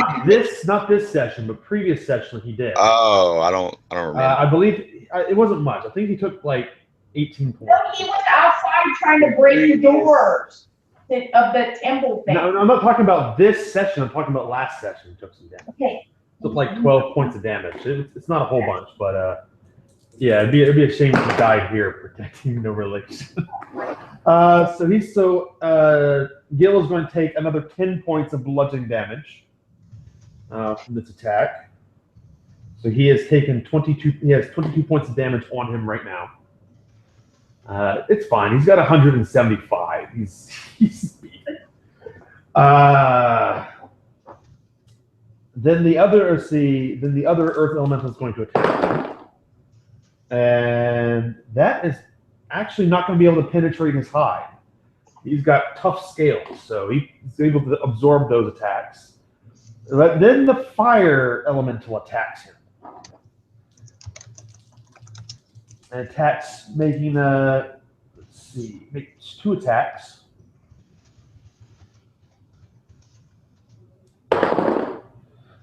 They are both going to miss. But because Gil is in an area that the fire elemental also is adjacent to, he's going to take 10. So he's going to take 1d10 regardless, because of the scorching fire of this creature, which is 7. So he's going to take another 7 points. And that's going to be the elemental's turn. No relation. It is your turn. All right, I'm gonna get on Gil and be like, "Let's go." Okay. Tagwin, it is your turn again. You run down the hallway. You see a room off to your left. There is a door there, and you see a staircase that leads up. Any blood? Yeah, we're following any footprints. Let's see. I'm an outlander too, so I can track really well. So you say. They didn't put the details in here. I track these bloody footprints. Yeah, all over this marble floor with proficiency. Because I have seen the ways of the world, I know how to do it. That is odd. I have traveled the lands. I have found water for myself and allies. I have been to the astral plane and came back. All right, so the blood trail leads further down the hallway. It does not lead off to the left. We're following these bloody footprints. All right. Using your Outlander ability, you are following through it. Steps, or say they're not ascending; they're descending. Steps descend into a walkway that appears to stretch across infinite space. Thousands of stars twinkle in unfamiliar constellations, and meteors streak through the vastness above and below the path. It just looks like a sheet of glass with drops of blood along it. Pretty. 50 feet beyond that, the path meets an intersection with another door straight ahead. What about that circle room to the right, about halfway down the path at the bottom of the steps? Is that a door? Or do we have Yes, there's a door. You can see a door that is at the very far end of this hallway. and that's where the bloody footprints go? Yep, you are currently standing at the base of the staircase. There's also a like halfway across this what appears to be an infinite chasm of stars. There is also a door just off to your right. It's down the base of the stairs. There's a door just off to your right now, so you can go in the door to your right, or you can cross this glass pathway. Is the bloody footprints on the glass special thing, or? Yeah, they're going straight ahead on the Yes, they are going straight ahead. So let's keep following them. Okay, follow. Hopefully this is Iskander's blood. I taste it. Does it taste human? You did? Does it taste human? Yes, it does taste human. Okay. You taste the blood. Actually, let's hold on.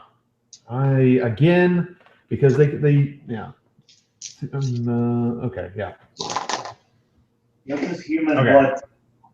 So yeah, so you start walking along.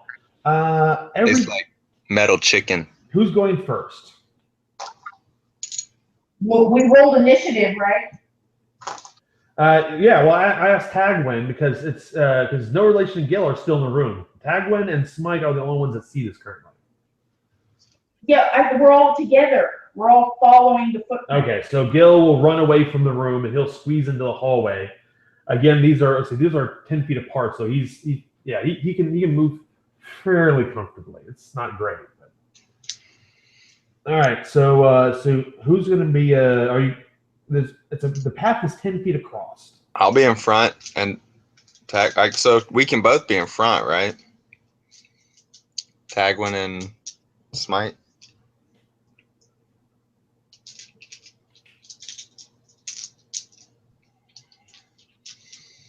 Or maybe we should go one at a time. I don't know.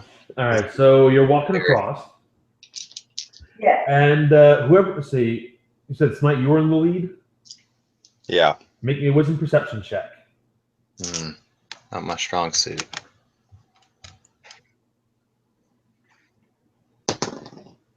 Seven. Okay. So my passive perception is higher. Can I make it? I got it. I asked him because he's up front. He's the scout. He gets he decided to be the scout. So you don't notice as there is a twinkling off to your right as you pass through, and a series of micrometeors scatters across the bridgeway. Everybody roll me dex saves. Everyone gets +3. You can give that to, I'll say, one of your allies.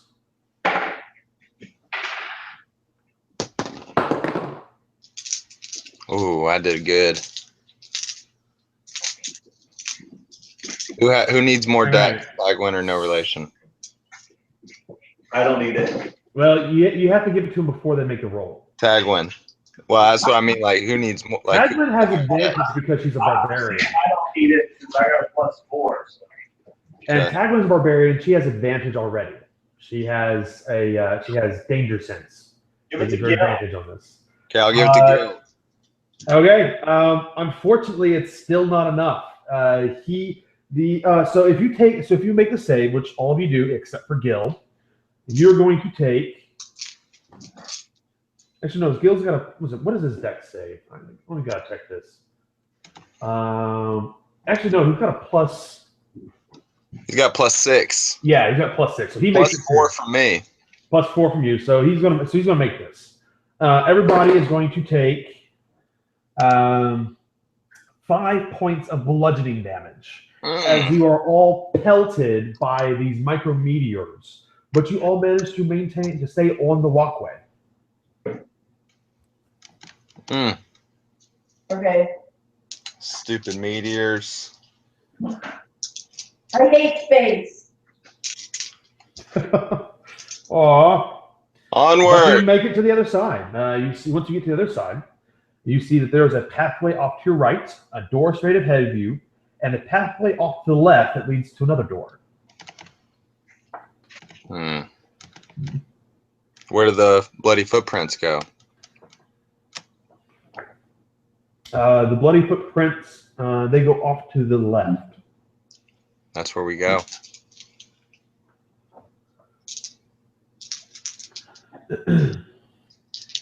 And I'm not going to listen at the door. I'm just going to kick it in. All right, you kick it in. 2 massive hourglasses occupy this irregularly shaped chamber. Their glass globes are nearly 15 feet across, and each hourglass rising almost to the ceiling 30 feet overhead.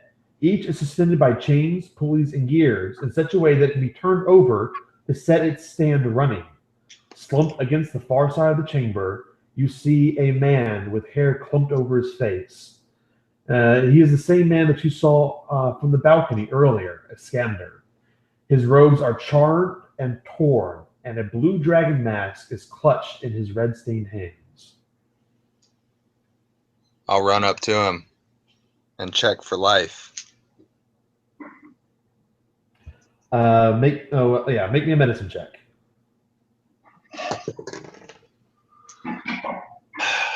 10. He is dead. He appears to have bled out just a few minutes ago. Can I cast Revivify? If you want. Do I know how long it's been? You do not. But you can take a chance on it. I do it. I cast it. Okay, this is going to be I'm going to roll a D8. If you get an 8, you make it in time. Ah, small chance. You cast Revivify and it has no effect. Just wasted like $1,000 worth of materials. God damn it.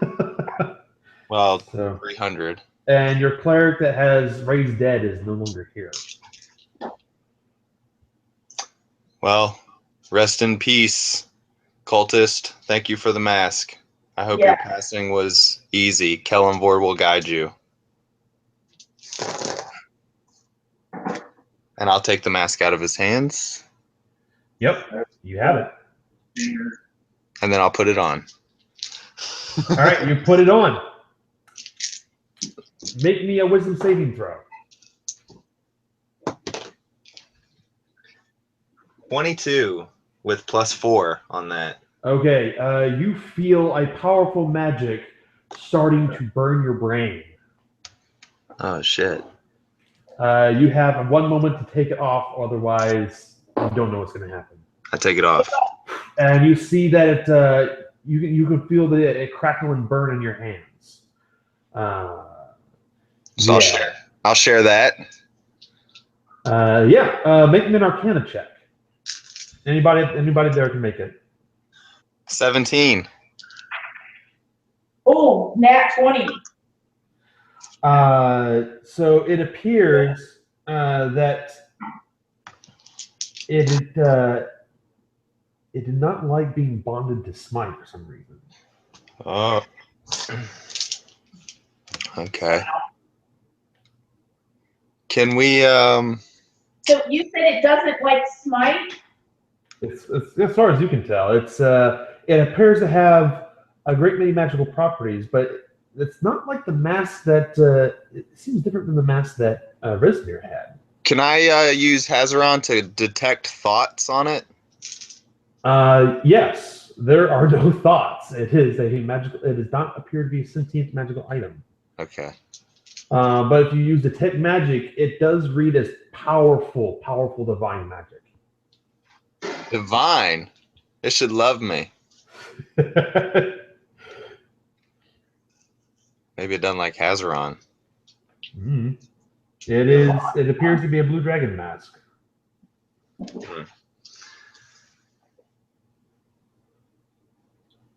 All right. So we've got this mask. What are we doing now? We have Do no we more notice spots. in the room? Is there anything in the room that would help us in our fight against the Call of the Dragon? Make me an intelligence investigation check. Anything on its Scander's body? 16. 16. You glance inside of the hourglasses, and you can see a glint of light coming from inside them, other than just the regular sand. All right, let's get inside there. What do we got to break the hourglass? Mm-hmm. Is that a good idea, y'all? Don't break it. It seems like a good spot for someone to hide something. Or it could be a trap. Or it could be a trap. Or it could be great treasure. You don't know. Don't break it. Can I? All right. It does. You smash through it, Don't break and it. amongst the sand that pours out, Who smashes through it? Tagwin. Oh. No, I said no. He said he did. All right, I'm tired of your guys' bickering. I'm gonna break it. Okay. You break it open, and So no amongst relation the breaks it. sand, you see 4 diamonds spill out. Ooh, I can use those for Revivify. And inside, you can see a pulsing, snapping light. Ooh, maybe not. All right. Do we need to detect magic again? Let's see. Do you have Identify? No, I don't. Okay. Then it's not going to help you. Okay. Again, Identify is a very useful spell. Yeah, definitely. I mean, if you're a wizard, you should have it. But Yeah, it's like, hey, I can tell you what this magical object does. yeah, exactly everything that it does. Yeah, so that's what's great about it. You don't have to make an Arcana check and be like, oh, I don't know what this is. No, it just tells you. All right, so we got these diamonds. What else? Should we go clean up the rest of this stuff? See what else is in these rooms? Okay. You can. What about the other hourglass? Did we check that one out too? Let's see. And Iskander's body, he had nothing but this little mask? Yeah, he has some spell components that he uses. He has the dragon tooth dagger. Oh, that he carries on him. It's basically it's there's really nothing super special about it other than it's just a dagger.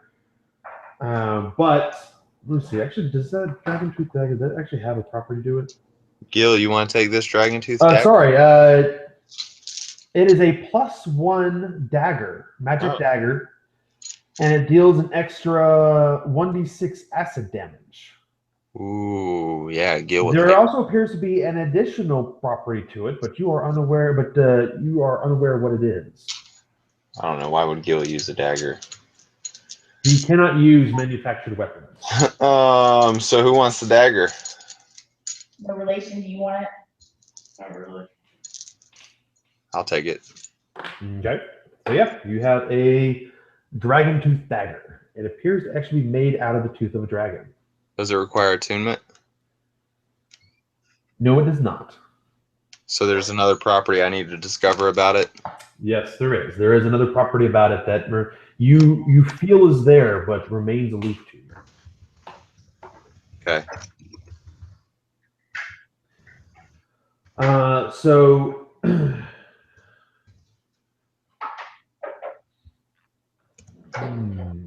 And you said it on a hit, it's additional 1d6 acid damage? Yes. It's a +1 dagger and deals 1d6 extra acid damage.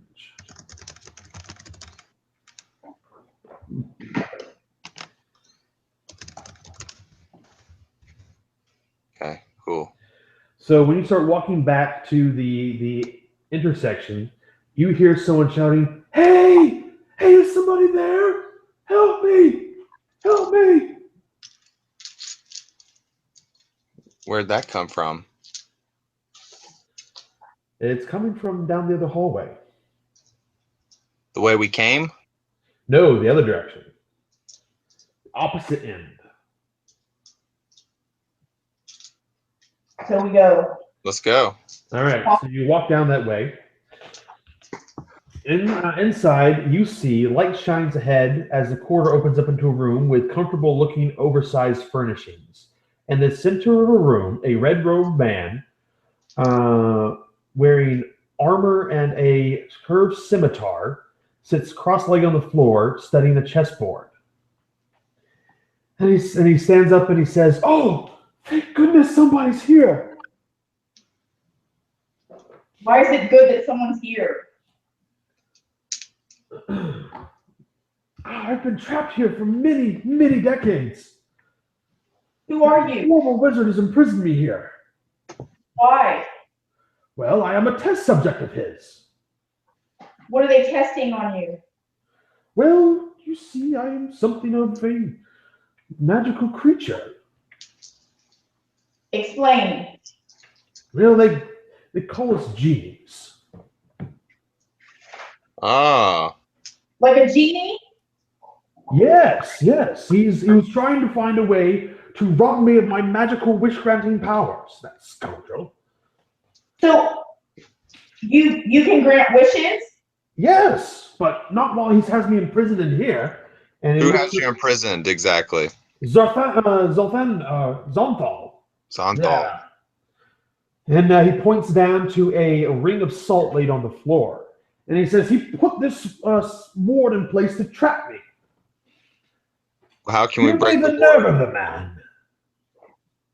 Yeah, what a dick. How do we break the ward? Well, it's simple, really. All you have to do is just break the line. All right. I go and kick it with my foot. All right. You kick it with the foot, and then he grins, and he says, Trick this. "Thank you very much."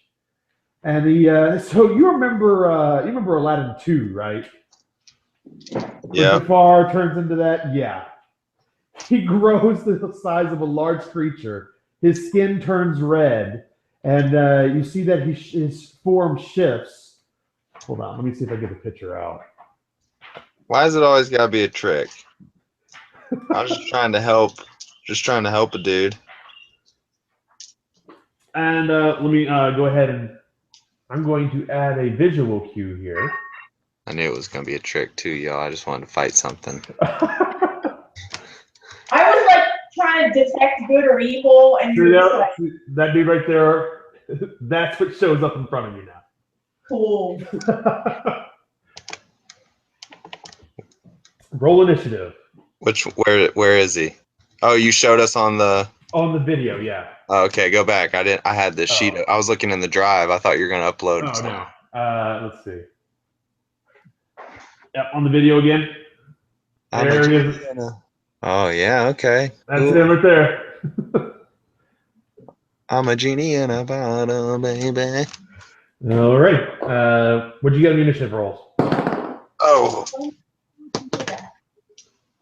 Oh man, I'm actually not doing too bad on it. I got a 14. I got a 9. 14. Okay. So Smite, what'd you get? Mine was a 14. Okay. Tagwin got a 9. 14. Tagwin got a 9. And that's with advantage.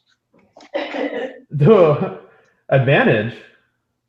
Yeah, I always get advantage on initiative rolls. What's that a property of? Notes. Let me read it. Is that one of the barbarian? Okay, yeah. 'Cause you're like, what levels? You have what? How many levels of barbarian now? 8? I think it's either 7 or 8. You get that. Yeah. No relation. What'd you get?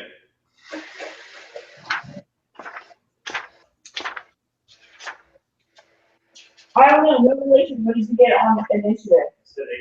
18. 18. Okay. Let's see.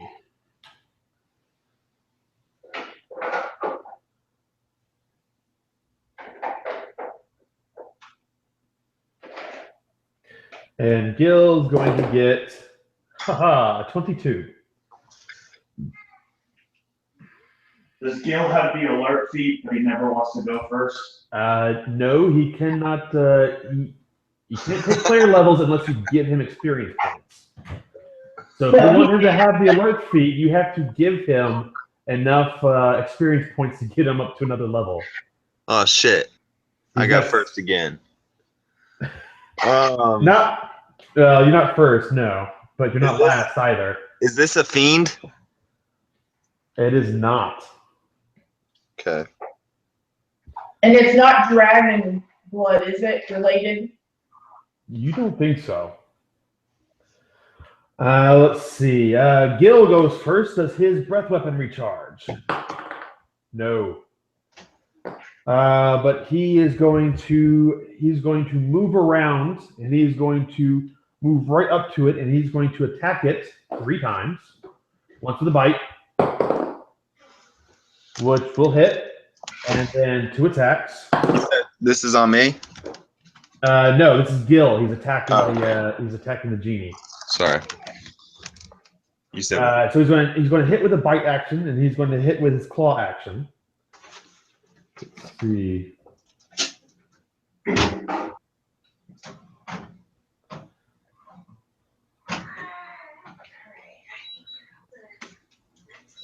All right. So it's going to be 2d10 damage for the bite. That's 17 on the dice for a total of 21, plus an extra 8 acid. Or sorry, not 8, but extra 4 acid. So he deals 25 points from the bite, and from the claw attack, he deals 12. And that is his turn. Up next is going to be No Relation. You are currently 30 feet away from the genie. Smite is 10 feet away. Tagwin is 30 feet away, and Gil has leapt over the salt line and is right up and engaged with him. So what do you do?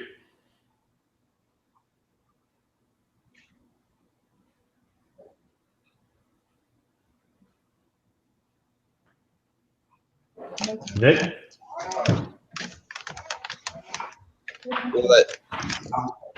Nick. All right.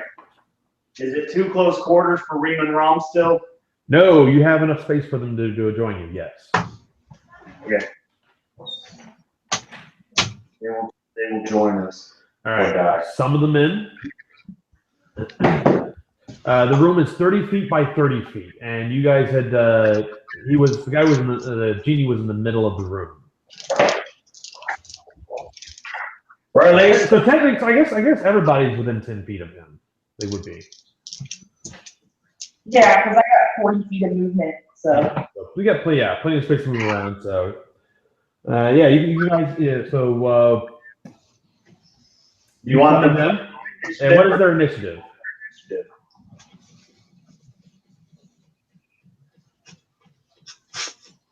Steve? Yes, I'm waiting for initiative. No, I'm asking. You want me to roll their initiative, or you want them to go on mine? I'd be fine if they went on your turn. All right. Can they go now? Yes, I'll let you have them. Because you use your action to cast a spell. All right. Reema's gonna crit. Rom is damn near crit. 19 on the roll, so 24. Still a regular attack. So, Reem is going to do 5, 6, 7.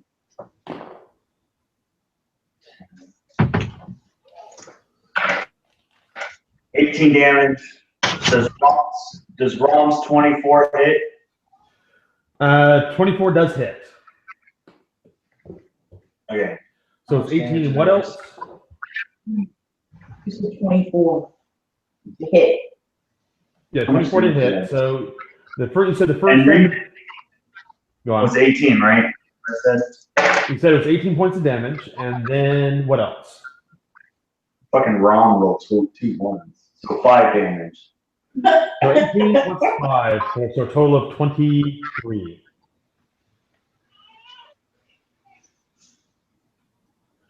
All right. And he needs to make 2 DC 13 strength saves or be knocked prone. Okay. Yeah. Pass. Pass. Okay. Okay. On the genie's turn, he says, "Come, my companion." And he blows a flame into his hand, and the flame grows and grows and grows. He drops to the floor, and a humanoid shape made of fire appears standing next to him. God damn it. Smiley, use your wand of fear.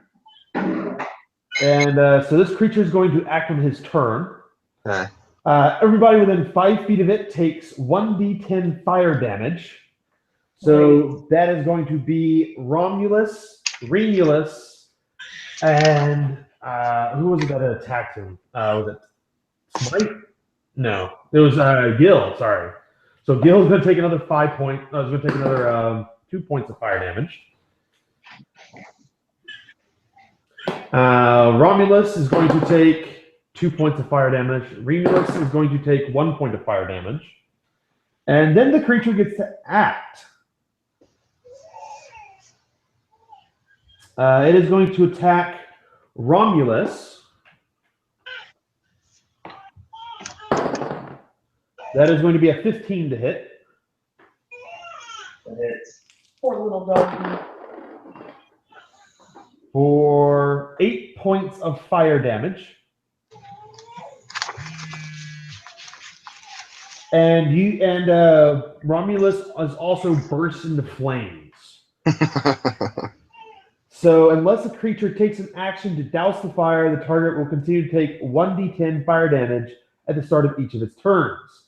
At the start of the elemental's turn, you'll also take 1d10 fire damage. So it's starting to stack up, and the genie, he's like, ooh, it's toasty. You know, he's immune to fire damage. Yeah, you can see that he's just not bothered by this elemental's flameness at all. And that is going to be the genie's action. Next up is going to be Smite. You are 10 feet away from this whole debacle going down. All right. So the genie and his elemental are in the middle. Yes.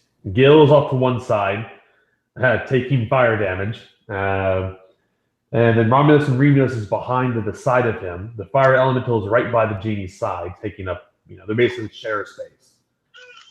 Okay, Actually, the fire elemental is large size, so it's taking up one square. The genie's just off the side. Well, if I do this fear, it's gonna get everybody, I think, Rebecca. I thought it's only your enemies. It says each creature in a 30-foot cone. Do you get to choose which creatures, or does each creature? Oh, hey, but okay, so my allies are immune to being frightened because of my aura. So does that negate? That would work, yes. Fuck yeah! All right, I'm gonna if drop. they're within 10 feet of you. So it would help your allies next to you. Well, who's in front of you right now? It would just be Gil, actually. Gil and the wolves. But the wolves are not. One of the wolves are not 10 feet. Not in your aura. So one of them would be feared. The other would be okay.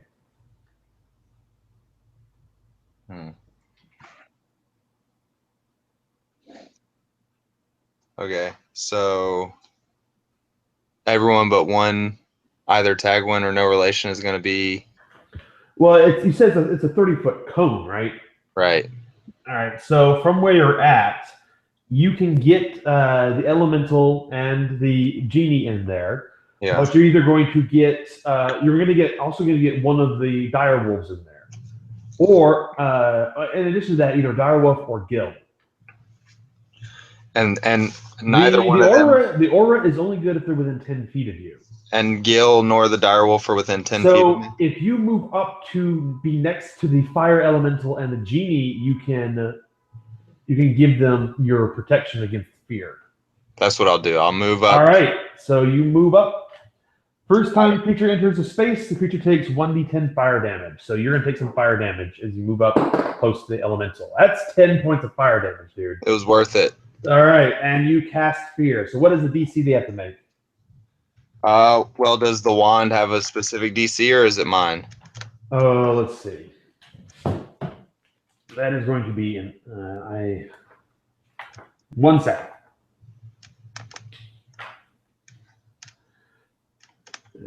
The DC is 15. It's a wisdom save. Okay, that's my DC anyway, so that'll work. You can use action to spend. It expends 2 charges, causing the wand's tip to emit a 60-foot cone of amber light. Each creature in the cone must succeed on a DC 15 wisdom save or become frightened of you for 1 minute. While it's frightened in this way, a creature must spend its turns trying to move as far away from you as it can, and it can't willingly move into a space within 30 feet of you. It also cannot take any reactions. For its action, it can only use the dash action or try to escape from an effect that prevents it from moving. If it has nowhere that can move, the creature uses the dodge action. At the end of each of its turns, a creature can repeat the saving throw, ending the effect on itself. So that is what's happened. So you point this thing at him, and... Fear me! Fear me! Okay, wisdom save. Yeah. The elemental's eyes go wide with fright, and it will flee on its next turn. The genie succeeds succeeds naturally. That's a 20 on the die. And so he's like, fine. I see what you're trying to do. Why did you trick us? Because it was easy. And then is going to be Tagwin's turn. Okay, I'm gonna reckless. All right, rage out. I'm sorry. You said you were using a rage? No, reckless attack. Reckless attack. Okay, yeah.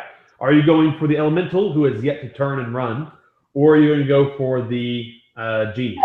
I'm attacking the genie. All right, that is some genie.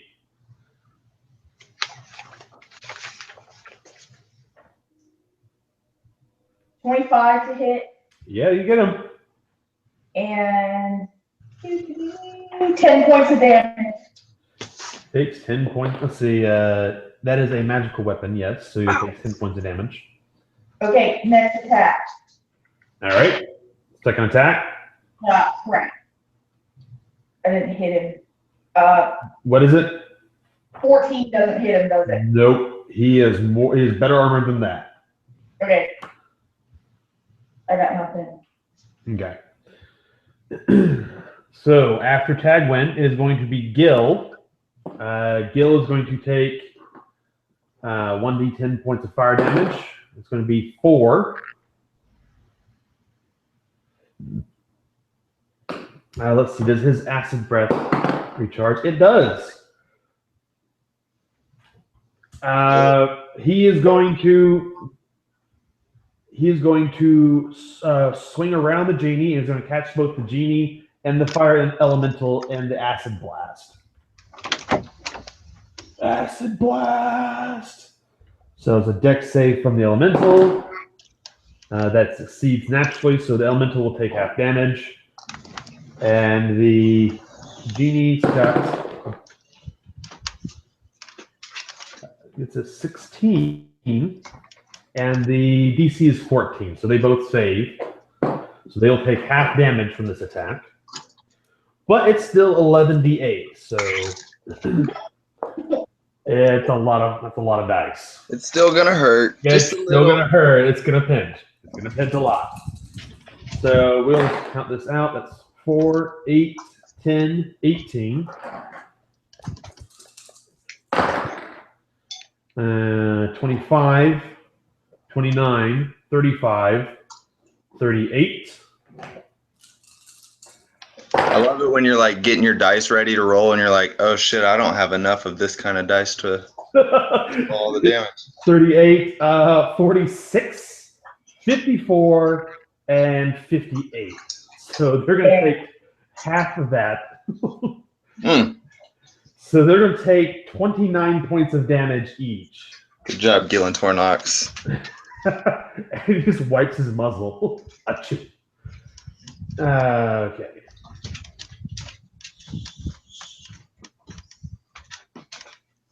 $29, yeah. All right. And he can do that on the, he just gets a recharge. He just, just do this. It's the way that works. You roll a d6 on the start of his turn. If he gets a 5 or a 6, he just gets the ability back. So it's great. It's great when you only have 3 other players. Anyway, so after Gil goes, it's going to be no relation. All right.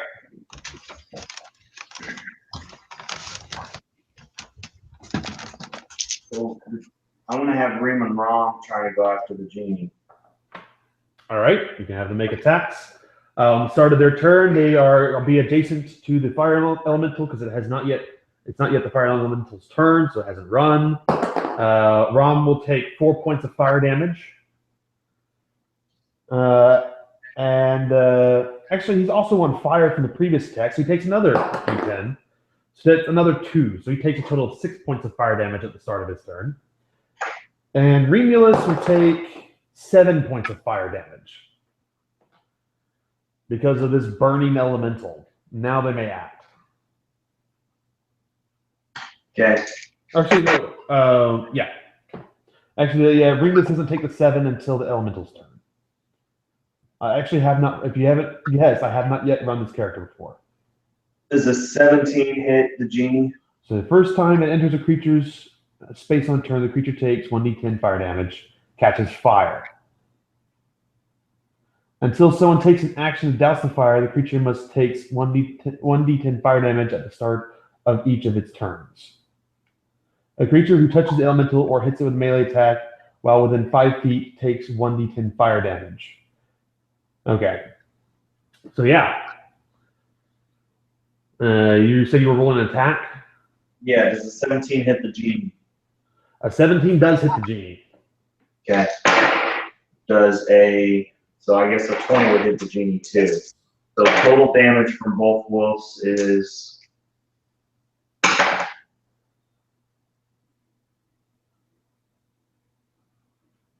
24.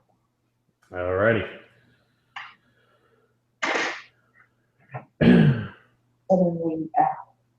Okay, and then no relation is going to go, and I'm going to stomp the. I'm gonna pull out the staff of healing, and I'm gonna stomp it on the ground for a mass cure wounds. Okay. How much do we get? Yeah. Give me that HP. 20. You get 20? Mhm. Yay! 20 is good. Yay! Gil starts looking a little better. Everybody heals up and they take a breath of fresh of hot air. The fire elemental on its turn is going to run towards the back of the room.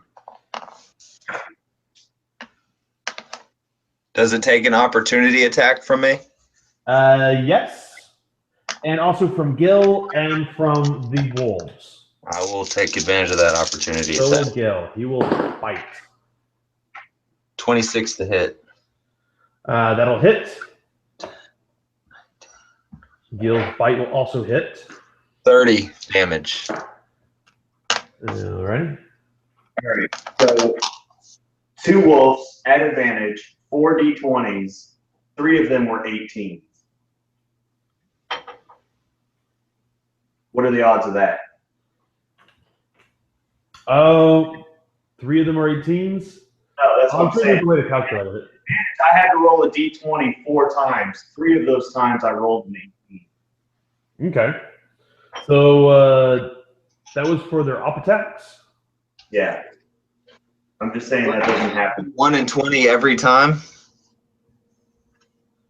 Well, each individual test is 1 in 20. So you get 2 hits, right? That's what I'm hearing. Yeah. Okay. So roll. You said the total was 30 points of damage. No, that was from smite. What did the wolves deal for damage? 25. 25. Okay. For both wolves.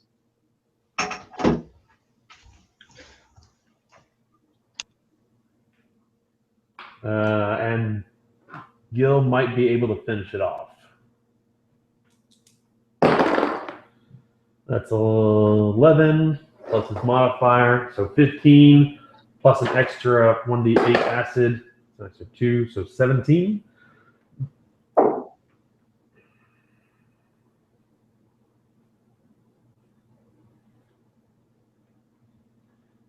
And it just limps along as it moves to the back of the room.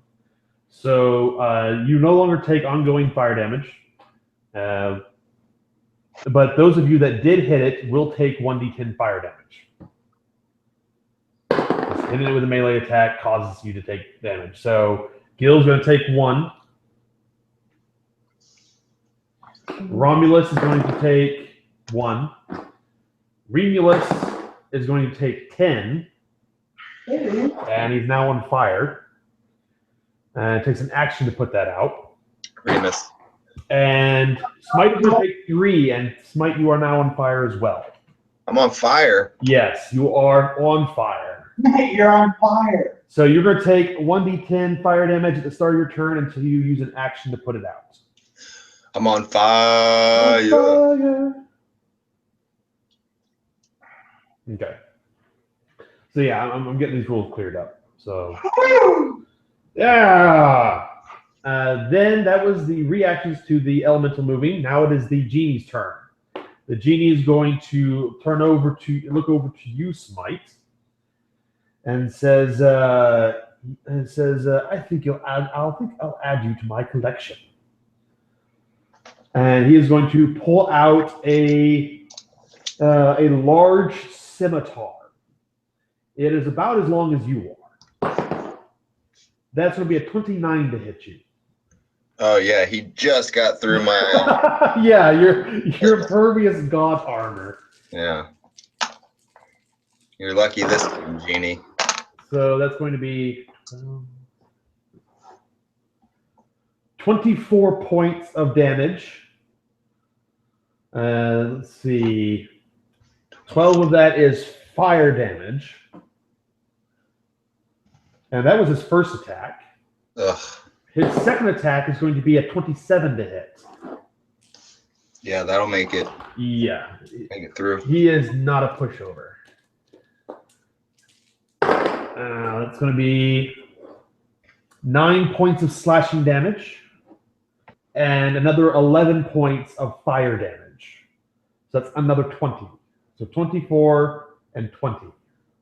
So 44 hit points total. I'm down. He goes down to the ground. And then he starts striding towards he looks like Gil over the shoulder of his eye and says, I'll be next. I'll finish you last, dragon. And he starts striding towards Tagwin. So Tagwin, and no relation, he's currently engaged with you two. The fire elemental, we'll see if it saves against the Wand of Fear, which it does not. So it remains and it cowers in the room. What about the genie? If it's still inside the cone, does it have to make another, or is it just a one-time? Oh no, he passed it. If he passed the first time, he doesn't have to continue rolling saves. Okay. It's the elemental. It failed. Right. And So it can make a save at the end of its turn, which Yeah. it just failed again because it got a 6. Fear. But yeah, so the genie is now going to be engaged with Tagwin and no relation. So after the genie's turn, it's going to be Smite, make me a death save, and then Tagwin. So Tagwin, he is looming over you. He is a large-sized creature. I mean, he's like 9 feet tall. I'm gonna recklessly attack his ankle. Yes, cut him down from the bottom. He's 6 feet tall. He's not that big. He's not giant-sized, no. But. So what'd you get?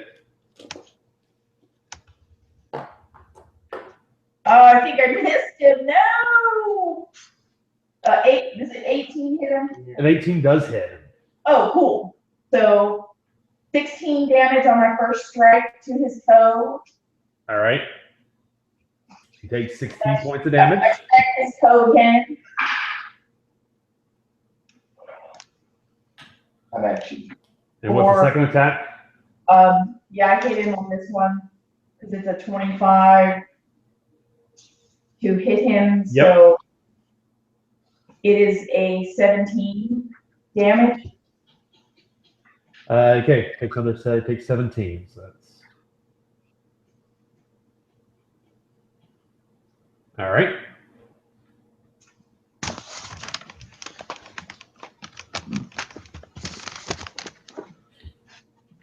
Would you like to? Do you have any rages left that you can spend to start raging?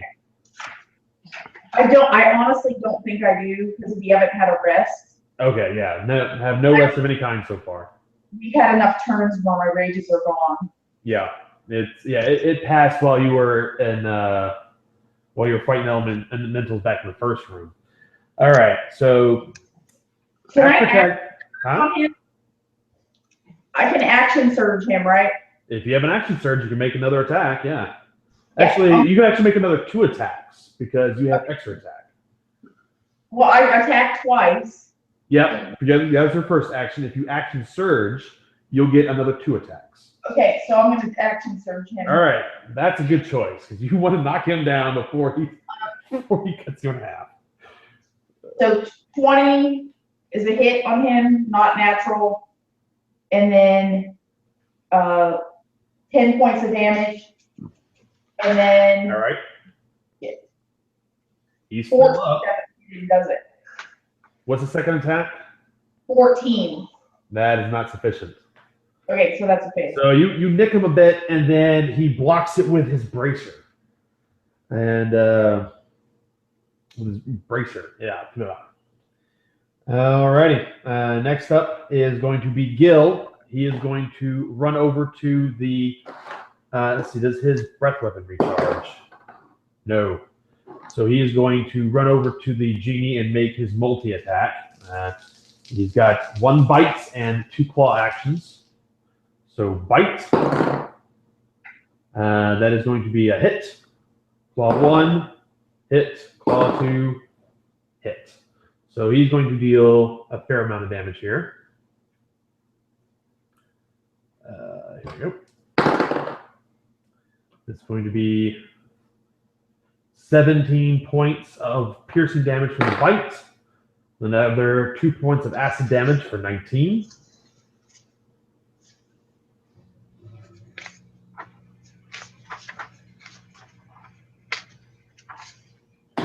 And then the 2 claw attacks.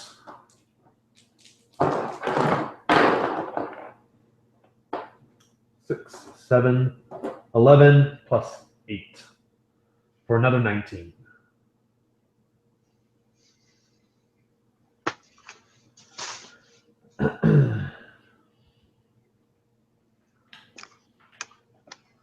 Hey, was the elemental's turn? That was part of the genie's turn. Okay, that's good because when I went unconscious, I just looked at fear. It's a concentration spell, so. So yeah, it had already So it's not on anymore. It is ended.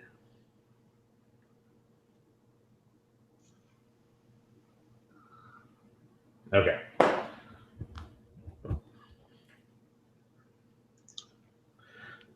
Next up is going to be, so that was Gil's attack. Next up is going to be no relation. Okay. You'll smile. Don't tell me what to do. All right.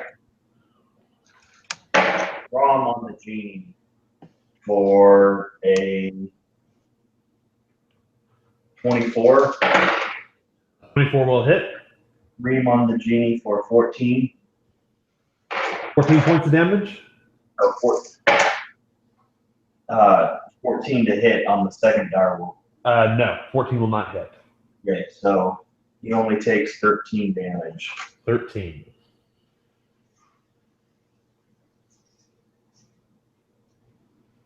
Okay, takes 13. And that now it's your turn. How far away is Smite from me? Smite is 10 feet away from you. So you have a bonus action. You could Healing Word him. Spend another spell slot. If you have one. I got it. You get 8 back. Yay. Oh yeah, hell yeah. And then I'm going to take an action to hit the genie with an attack. Okay.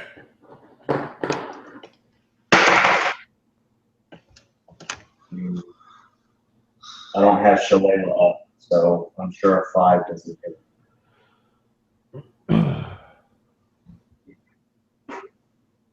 Right? Yep. So you don't have Shalala up. So what was the number? 5. No. Even with Shalala, that'd be wouldn't be high enough to hit him. All right. So after your turn, the genie looks over his shoulder. He says, "You're supposed to stay down," and he slashes at Smite with his greatsword, or with his with his Scimitar. with his scimitar. That's gonna be a 21 to hit you because you're prone. So he has advantage. So he's going to.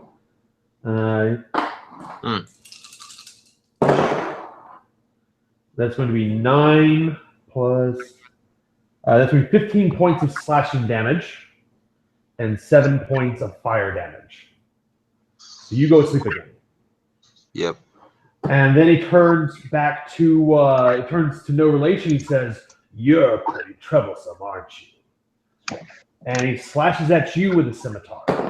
If he dies, there is no room you can hide it. It's a 28 to hit, and he says, "That's fine. I'll be taking your soul back with me as a slave." We'll see. It's a 28 to hit. Yep. So, yeah, I rolled crappy on the weapon damage. That's going to be 9 points of slashing damage, and another 6 points of fire damage. Total of 15. All right, and the elemental, no longer feared, comes roaring back up and attacks Romulus and Remulus. Let's see. They're still on fire, aren't they? You haven't used their action to put them out yet. One of them was on fire, not both. Reading is on fire. They're both eventually on fire. It happened over the course of multiple turns, but they're both on fire right now.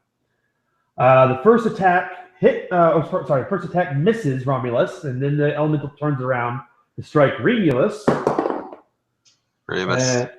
Remus, that's correct. Remus and Romulus. And that is a 13 to hit. That misses. All right. So they're not going to take any, but they're still going to take their fire damage because they haven't put them out yet. So Romulus is going to take 1 point of fire damage. Remus is going to take 1 point of fire damage because you're really looking out on these D10 rolls. All right, and the elemental is done, and the genie is done. So next up is going to be Smite. Make me a death save. Maybe I'll roll a 20. Maybe you roll a 20. Nope. All right. Next up is going to be Tagwin. I'm gonna attack the genie again. Okay. I'm gonna attack his toes.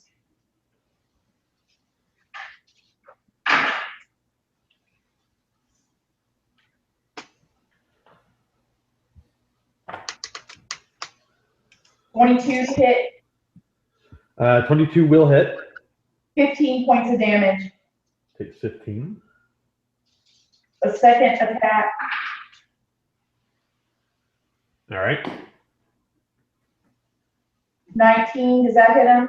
That'll hit him. And 11 points of damage. And takes 9.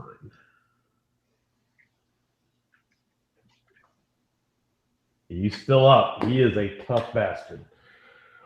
And I'm attacking him with a magic weapon, so. It is. It's all the damage is going through. He's not resisting any of it. Next up is Gil. Gil, let's see, does Gil recharge? No. So he's going to make his attacks. Bite. That is actually not going to hit. Then it's going to be Claw, which will not hit either. Crap. It's a 13. And that will hit. The other Claw will hit. So he'll take 2d6 damage from this. 8 plus 4 for 12. He's still up. No relation. Your turn. You have the wolves. You can have them go, and then you'll be looking.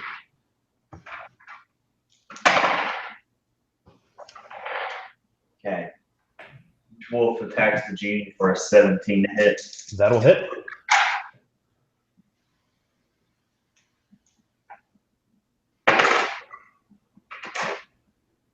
$20 damage to the genie. Oh, all right, your turn.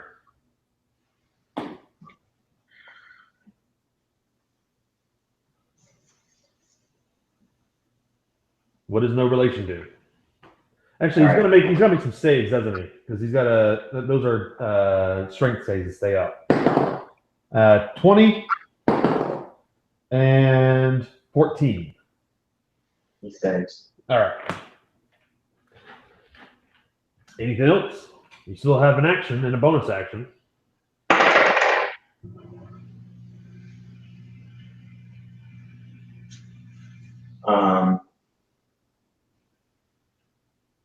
17 to hit him with a non-shillelagh quarter staff. All right. The healing staff. Okay, so they'll hit, but they'll deal half damage. Why? It's a magic weapon. Yeah, it's a healing staff. It's magic. All right, I'll go with it. 5 damage. 5 damage. He is still up. Okay. But he is super bloodied right now. You don't think he can take another attack, and he is heaving. He's wrestling his sword. I don't want to repeat of the last turn. I don't know what kind of deception check you want me to roll, but I'm going to mumble my healing word. Yeah, make me a stealth check. He don't know Smite's coming back. 23. Yeah, so you manage to whisper the words, and Smite eyes pop open again, and he says, "If I'm going down, I'm taking you with me." Famous last words. And he's going to cast Wall of Fire. Smite, you get 13 health back. Oh, So yeah. Smite, you get 13 points of health back, and then the genie's going to cast Wall of Fire. So if you don't have it in front of you, Wall of Fire. You create a wall of fire on a solid surface within range. You can make the wall up to 60 feet long, 20 feet high, and 1 foot thick, or a ringed wall up to 20 feet wide and diameter, 20 feet high, and 1 foot thick. The wall is opaque and lasts for the duration. And when the wall appears, each creature within its area must make a dexterity saving throw. On a failed save, a creature takes 5d8 fire damage, or half as much on a successful save. On one side of the wall selected by you when you cast a spell deals 5d8 fire damage to each creature that ends its turn within 10 feet of that side or inside the wall. A creature takes the same damage when it enters the wall for the first time on a turn or ends its turn there. The other side of the wall deals no damage. So what he's going to do is he is going to, We're on opposite sides of him. which is why he is going to create a ring of fire, a ringed wall. So it can be up to 10 feet in diameter. So he's just going to do it 5 feet in diameter, which will create a fire barrier around him. And since he has no bother with he has no care about fire damage because he's immune to it, it's going to create a wall of fire around him. So everybody around him needs to make a dexterity saving throw. Am I around him? Yes, you are. You are engaged with him. You were close enough to attack him previously before you fell. And then he moved away towards no relation, didn't he? I guess that was only just a couple feet. Well, yeah. I mean, he moved between you. He's on the other side of you. He's on the other side, or you are on the other side of no relation. So what happens on a fail? You take 5d8 fire damage. All right, I got a 10. That's not high enough. What do you need to save? Well, it's definitely more than 10. So Tagwin has advantage on this save because she has danger sense. Wish I had advantage. What is you still have the plus your plus from charisma. The plus Yeah, 4. I added that. Crap! Never mind. I'm sorry. Tagwin, what did you get? 13. 13. Still not enough. No relation. 22. 22. You save, so you take half damage. What about your wolves? If they're close enough to attack them, they're going to be hit by a 2. Is this a saving throw? It's a dexterity saving throw. So then Tagwin should get. Yeah, she should have advantage. But she should get +3 because surely I'm within 10 feet, right? The genie is 10 feet. Occupies a 10-foot square. Oh. So no. All right. What did the wolves get? 16 out of 17. They both save. So no relation, and the wolves will save this damage. Everybody else will take full damage. Bitches. That's 5, So I'll go 9, unconscious again. 11, 18, 19 points of fire damage. Yes. All right, and that is his whole turn. The fire elemental will attack Romulus and Remus. You're gone, right? That is a 22 to hit Romulus. Mm. For 12 points of bludgeoning damage, or 12 points of fire damage, not bludgeoning, it's fired. Okay. And let's see, and because he is still on fire, he'll take another 4 points of fire damage. And then he'll turn around. Is Romulus still up? Yep. All right, he's going to attack him again. That's going to be a 20 to hit for another 13 points of fire damage. Okay, Ron goes down. Remus All right. still up. Okay, and now because it's turn, Remus is going to take 1d10 fire damage because he still hasn't used an action to put it out. But it's 2 points of damage. Okay. Okay, after that, Smite, it is your turn. The genie has not yet noticed you wake up yet, but you are. No, I went unconscious with the fire damage put you down again. insane fire damage. All right, so next up is going to be Gil. Gil, he did not like that fire damage. That sucked. He failed to save. So yeah, I'll make me a death save. Yeah. So Gil, let's see. Is he going to? He does not get his fire breath weapon back, but he's going to. That's going to be a hit. And let's see. Hopefully this will be enough. Wasn't last time. For 16 points of damage, which puts him down for good. So, so Gil pounces on this guy and starts tearing at his neck, and the genie slowly turns into a red vapor and disappears into a puff of smoke. Yay! thank you, Gil. Yep. And the elemental, however, does not disappear with him. So the elemental looks over at all of you and shakes his head for a minute, and then cries out in a scream of rage and continues attacking. So the thing with Conjure Elemental is it doesn't. Yeah. Shit. This battle is still going on. It's got to be hurt though. We all tore it up with those op Oh, yeah, attacks. it's quite injured, but it's still moving. Maybe with that genie gone, I can actually stay up. Yeah. Let's see. Gil, no relation. It is your turn. First, Remus has his action. Reem attacks the elemental for a 13 to hit. That'll hit right on the nose 9 damage. and destroys it. Yay! As Remus destroys the fire elemental and takes another 1d10 points of fire damage for attacking it, which is Worthy sacrifice, pup.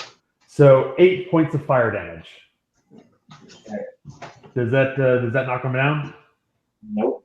Okay, so he's burning. I should point out he's still on fire. We pat him out. So next up is going to be so no relation. You had your action. When I put fire out on the dog. What now? I'm gonna put the fire out on Reem. Oh yeah, put the fire out on you. Okay. Or on Remus. Yeah, Reem. Okay, Fire. so yeah, you put it out. I mean, Smite's on fire too. Would anybody like to put Smite? I'll pass Smite out, and I'll give him like 4 healing All right, potions. but before Tagwin can go, it is the element. Oh, so our elemental's dead. My bad. So yeah, so Tagwin, what do you do to go help Smite? I help Smite, I pat him out and give him like 4 healing potions. All right, so cross out a healing potion, and go ahead and roll through the damage recovery. I have some lay on hands left and healing potions myself. Yeah, you just gotta be conscious, right? Yeah. All right, but you still gotta spend the healing potion to get him conscious. Yeah, All right. that's the healing potion. So how much do you recover?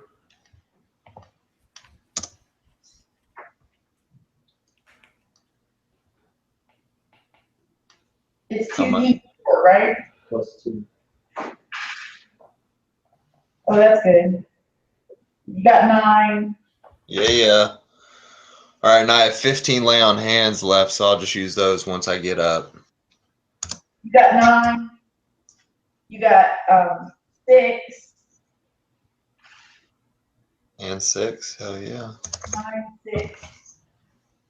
5. I gave him 4. Oh. So 9, 6. I think I said 4, 5, 9, 6, 5, and 5 again. All right, and then my 15 lay on hands, so I'm at 40. I'm just shy of bruised. But you made it. You have not yet left the dungeon, however. So you can make when you look around the room, you can see that other than the chessboard, it's bare. Yeah, what's up with this chessboard? You take a look at it. It appears to be a chessboard. The pieces have been carved from volcanic glass and marble as the 2 different sides of the board. The board itself seems to be composed of silver and onyx. Make me an intelligence check. Not very smart. Anybody? I got a 17. You would guess something like this would go for, let's see, make the intelligence check. All right. And I'll tell you how much it's worth based off a check. All right. Because how much you know it's worth will determine how much you can sell it for. 22. All right, maximum value then. Yeah, so we're going to say that you can if you find the right buyer, you can get 2,200 gold pieces for it. Woo! Put it in the sack. Yeah. Did yeah.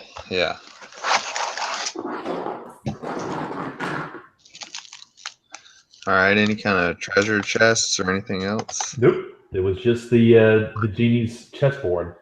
So let's go out of that room and then back into the limping intersection. along. Yeah, you go back into it. There's still one chamber that you have not gone to. Yeah, that On north this side, yes, the one that's on the very north end. Bust the door open. All right, do you even try to see if it's locked first? No, I kick it with All my right, full strength. you bust it open, and you see that there are just rows and rows of alchemical supplies and spell components just lined up on the shelf. It appears to be some type of a Xonthal's storage closet. However, the bouquet that greets your nose tells you that these components have long since gone bad. Nobody's going to buy them. Okay, so there's nothing in, we don't notice anything. Yeah, you kind of search through it. They're like fingers that have gone stale. Pixie dust that has lost its spark. The components could have been very valuable at one point in time, and he probably spent a fortune collecting them. But at this point, after who knows how many decades he's been gone, they've lost all their power. Okay.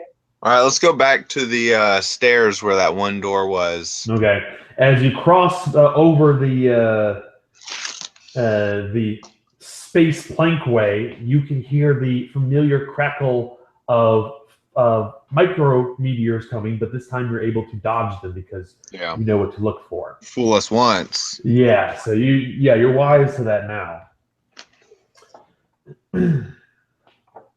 I hate space. All right, so there is this is a double door.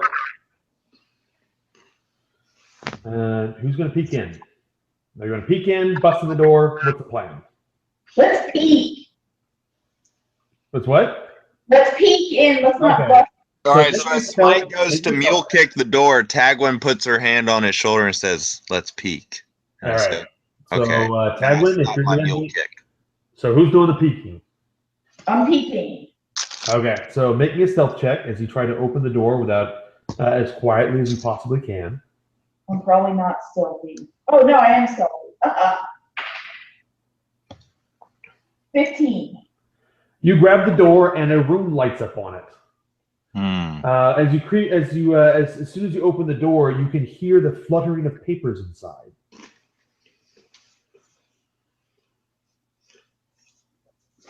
I'm going to mutter magic words to make my armor look like poultice clothing because it's magic armor. Yeah. And I'm going to walk in and I'm going to be like, what is all this? All right. You see a maelstrom of swirling sheets of paper, and they dodge to and fro on a wind that is picked up. Make me a wisdom perception check.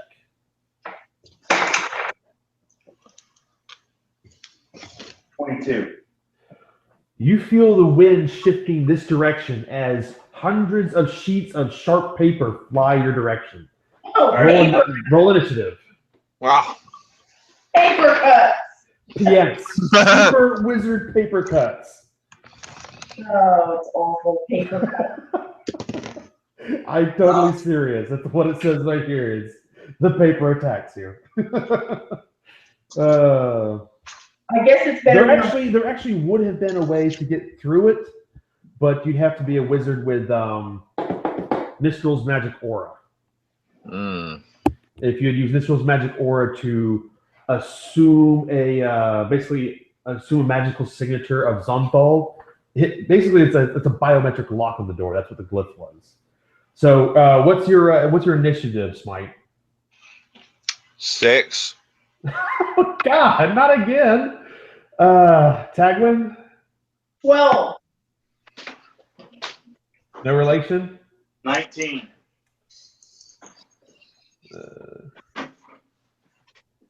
19. Let's see. Your wolf is still with you, and Remus will select your turn. Gil gets terrible initiative. He gets 7, so he just pats Smite on the back sympathetically. That's a 7. And the paper actually gets an initiative. Holy bats. Let's see.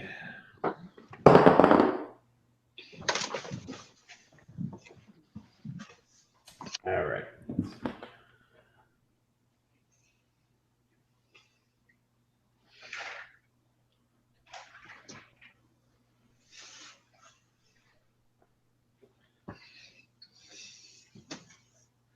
Okay.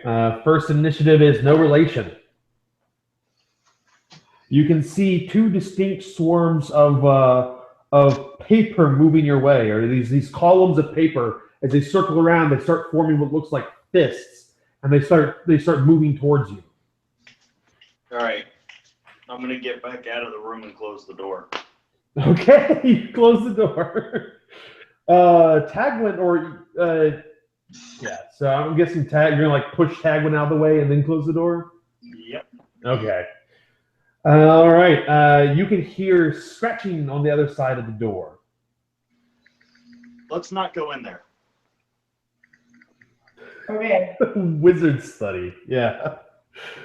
But Tagwin, from what you could see when the door was when the door was opened, you saw that there was a delicate, ornate desk that had stood in the middle of the room. Yeah, there could be good stuff in there. With a large map on the desk. Yep, we don't want to fight paper, I don't think. But I want stuff.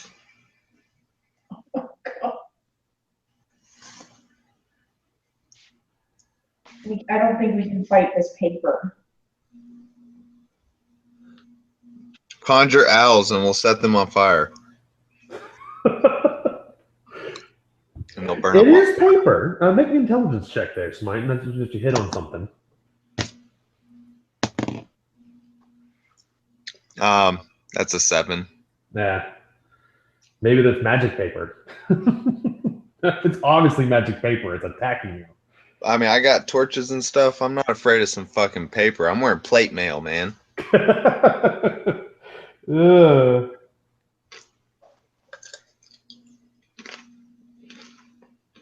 You guys decide if we're fighting paper. If you want to fight, I'll fight. You'll notice that once you step out into the hallway and close the door, the flights of paper do not follow you. So it's up to you. Do you wish to try to find a way to destroy the paper guardians, or do you just skedaddle at this point and be like, "See ya"? Yeah, let's skedaddle. You also notice that there was a lot of books in that room. Probably valuable ones. Maybe some with information about. I don't know. No relation. Fighting paper. Yes or no? I'll go in there after Smite. I ain't gonna have an argument about. All right, Smite kicks the door open and runs in. It's not his turn yet, but if you ever like the ready actions, so that was no relation's turn. Tagwin, you can ready an action if you'd like. Wait I want for inspiration. Smite. I will give you inspiration because you are willingly putting the party into danger.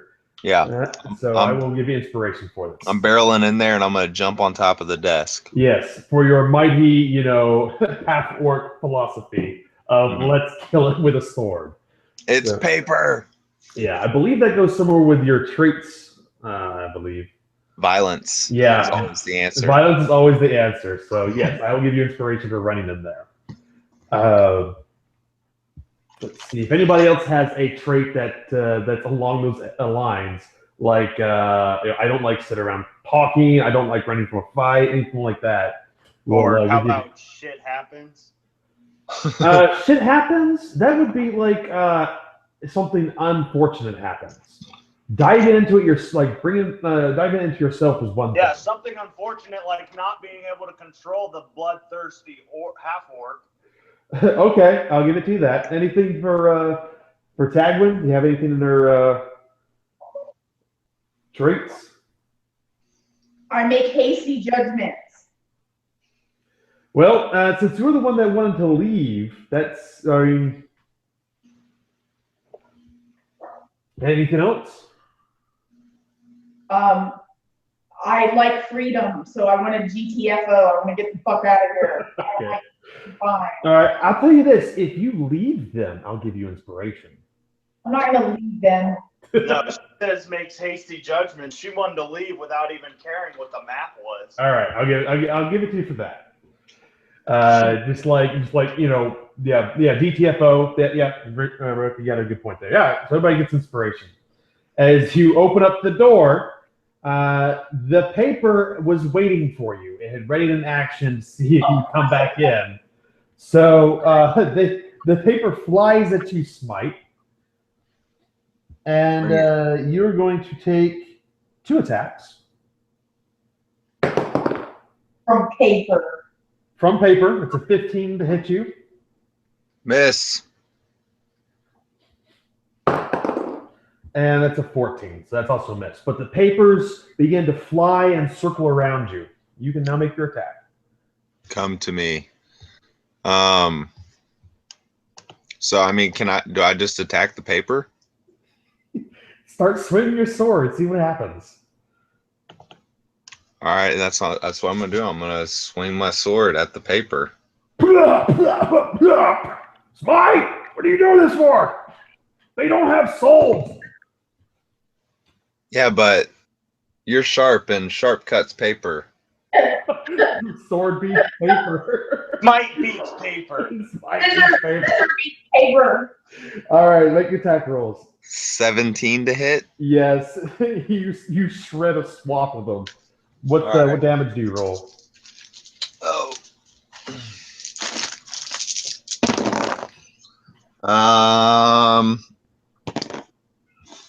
9, 16, 18 plus 6 is 24.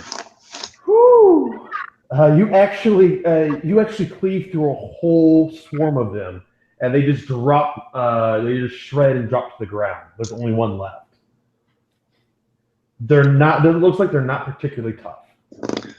So that was one attack, and that's considered killing a. All right, so I'll attack I'll let that you use one. your bonus action if you would. Yeah, I'll use the bonus action. 19 to hit, Yep, you get it. and it's 8, 10, 26 total damage. And you shred the other ones. And right. as a vortex of dark energy swirls around you and shreds the paper. The room is now clear. You can see that there is, as you walk around the room, there is the walls of his study are lined with bookshelves, crammed with books. There's a gently domed ceiling 20 feet over your head, where you can see what appears to be weather, like live weather illusions, printed on the inside of it. So you can see it appears to be like maybe. Let's see. I'll go ahead and tell you that you can use a verbal command to change the season or to change the location where the dome ceiling appears to look up in the sky at. It's not specific locations, but it's like mountains or the city or the swamp. Mm. In fact, Gil says a swamp, and the dome ceiling changes to that of a canopied swamp, and a soft grin passes over his face. Let's see. The contents of this library, as you're going through these collections, appear to be quite valuable. In fact, if you'd like to pull out some of the tomes, you can make checks on animal handling, athletics, arcana, history, medicine, nature, performance, persuasion, religion, or sleight of hand. We can So pick one, or we can. So each. I got a 17 on athletics check. 17. Okay. We can only pick one. It takes you about 10 minutes to peruse through the book, but you can pick one at a time. And you said religion was one? Yes, religion was one of them.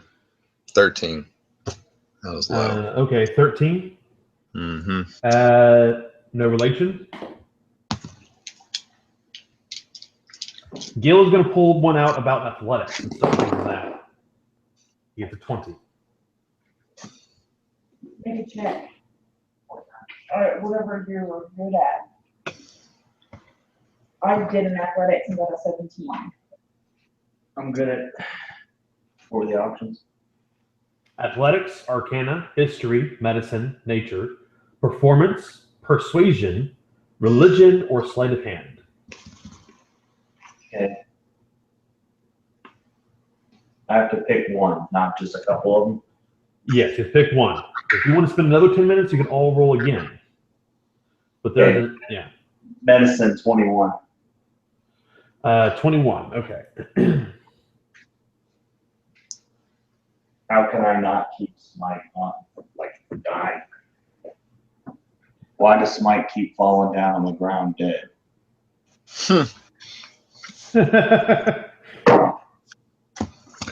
In order to give damage, one must take damage. Based off of the books you've read, you determined that the value of this library and the books that it contains to be 71,000 gold pieces. Yet. What? 71,000. That would be is if you took the time to come in here and have that all moved out and like price them out piece by piece. You wouldn't get it all at once. Gil, you interested in a job? That's the money that we need to build Cragmaw Castle. It's very close, yeah. So this is a treasure trove of rare books. We're adding a wing under Cragmaw. However, it would take a couple weeks just to get everything out of here and then back to Waterdeep, and then weeks more to sell everything. Found a wealth of knowledge. I want my cut. Here's how to get it. Okay. You also find on the desk is a map of the elemental plane of fire, particularly a section known as the City of Brass. Everybody roll me a history check. That was horrible. History. I got a 2. 2, okay. Oh, 21. 21. History. This is It's the plane of brass, you said? The City of Brass. That is where most Ifrit, which is the type of genie that you fought earlier, the Ifriti, it's on the elemental plane of fire, in a great domed fortress of black glass and basalt, surrounded by churning lakes of fire. Actually, see the City of Brass. Actually, hold on. That is not an accurate description. Because there is, this is actually a pretty cool piece of information that I'd like to share. well, no relation got 5, by the way. Yeah, so it's going to be Smite that's going to be explaining all this. Gather around, children. Let me tell you a story. A story about the City of Brass. Brass monkey. That monkey.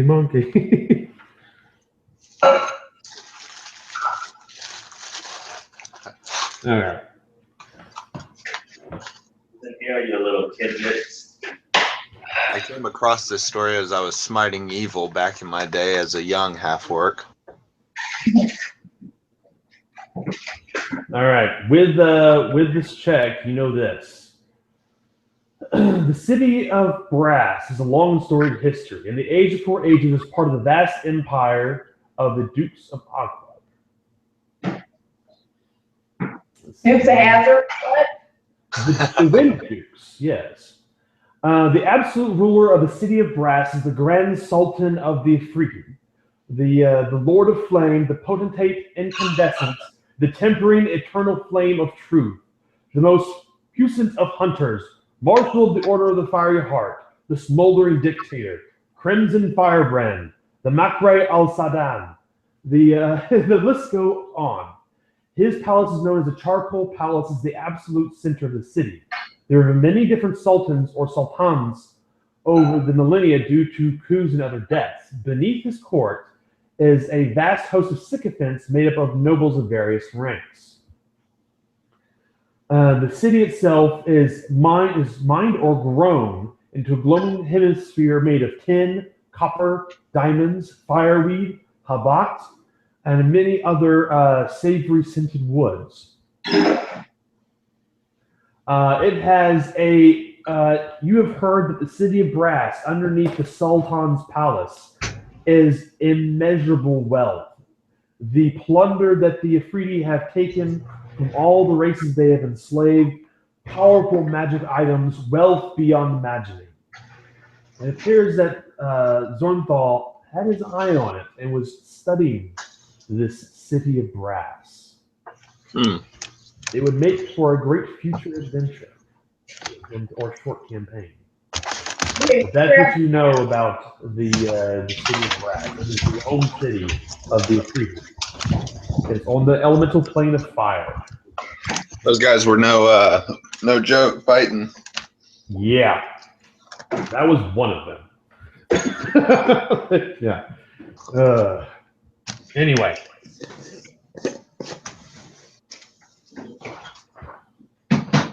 All right, can we do like perception checks for any kind of secret doorways or? Excellent. Make me a defense because you brought it up. If you'd like to make me an intelligence investigation check, you may do so at advantage. I mean, we know these wizards are sneaky. This is true indeed. 16. Oh, and also because it's on, because you see there are 2 extra rooms attached to it. So there's an indication on this map that is scanned to the left that there should be extra rooms here. Yeah, I got a 22. All right, you do indeed find secret passages. Which one do you go into first? The one on the north or the one on the south end? South. All right, south it is. A circular pane of crystal, 10 feet in diameter, hangs vertically in this chamber, anchored to the ceiling, walls, and floor by chains. A scene of rolling fire can be glimpsed within the crystal. In front of the crystal, an ornate rod is set into the floor.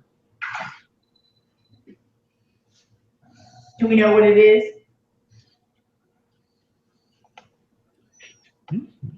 Make an Arcana check.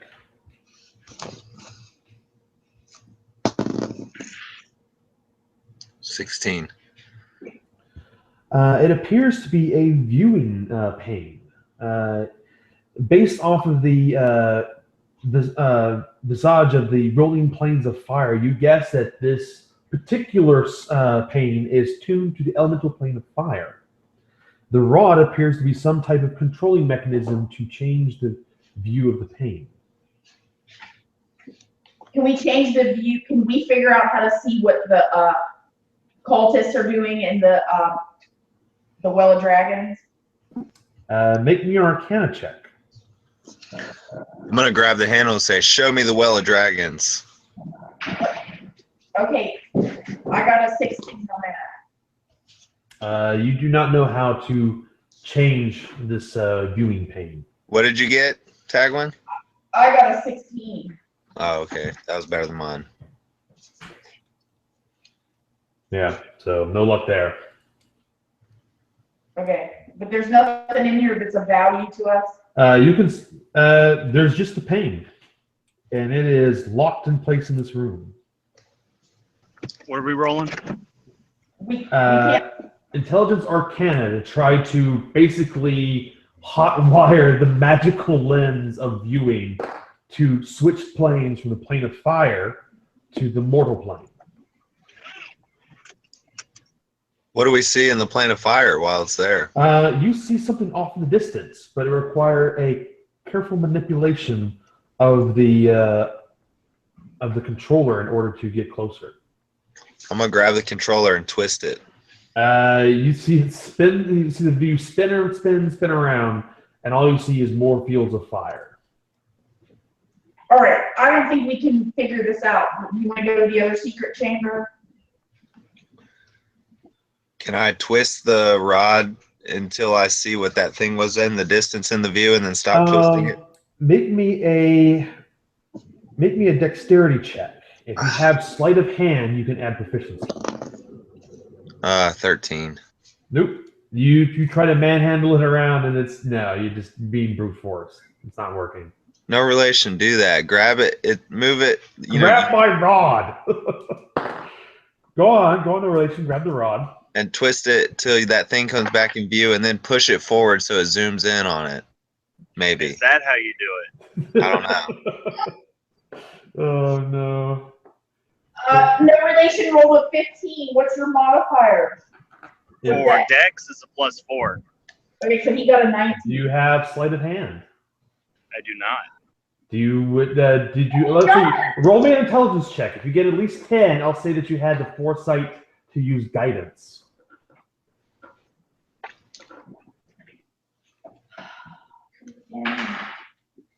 Crap. A 3. Nope. He's not thinking about guidance. Does anybody else want to roll foresight? It's just an intelligence check. If you get at least a 10, I'll give it to you. 11. All right. So you're like, hey, why don't you use guidance on it? And it's like, okay. So you get it, and you can zoom in, and you see that the lens is situated over the city of Brass itself. It seems that Xonthal has found a way to spy in on the city from time to time. What do we see anything interesting? You can see people walking down there. The Afridi are marching some of their slaves to market. Mm. Okay. Not good people. I don't think we can do anything about this at this point. So Yeah. Can I touch the lens? It feels warm to the touch. do we want to look at the other room? Can I push my hand through it? No, it is solid. Yeah, let's go to the other room. All right. You see a large, simple desk with Let's fireball several the ink lens. pots, pill quins, quill pens, and a single chair that occupies the center of an otherwise empty room. You can see that there are some half-finished spell scrolls on the table. But no finished rolls? Beg your pardon? Let's rummage through the desk. You find a set of calligraphy supplies.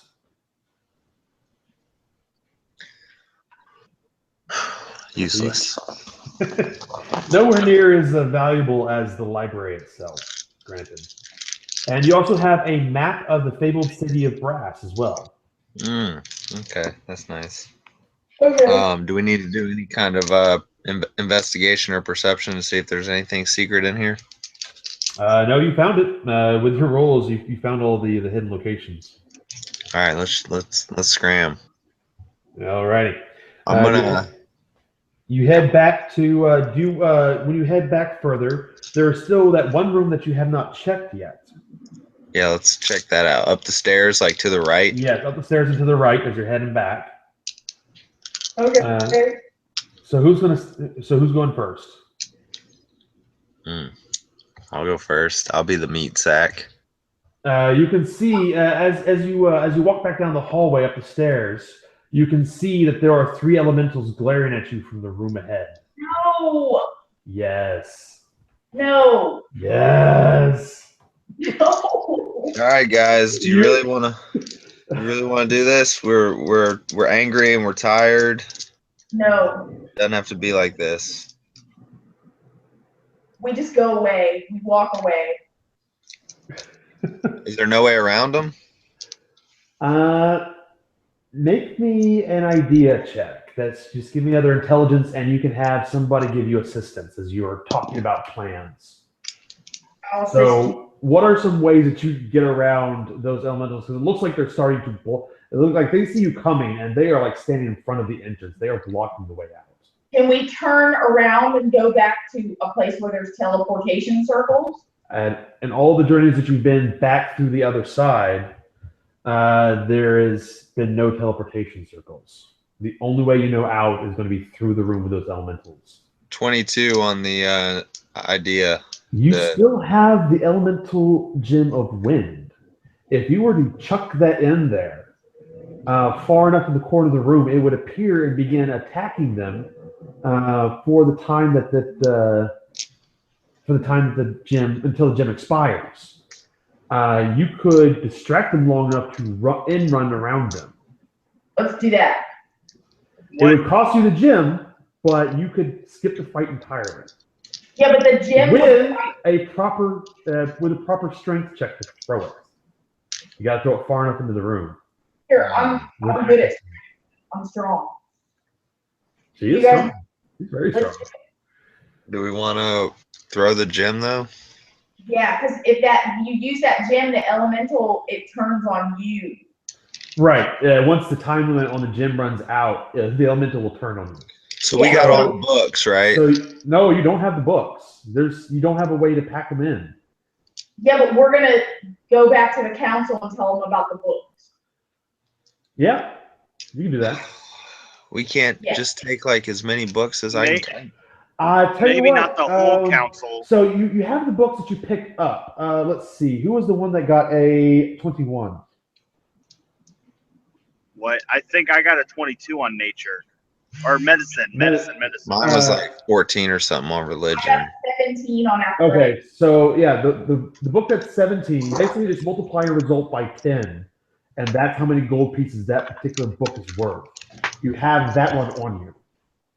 Okay. And I'll save that. I'll give you that. But there are too many books in there, and they're all very valuable. There are hundreds of books in there. We're gonna make a plan to retrieve them later. It's and you hear Gil growls like, it's not gold or jewels, but leaving that much wealth behind.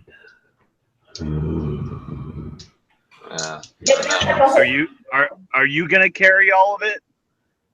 With what pockets? Exactly. And he gestures down to his voluptuous hips. Yes. Exactly.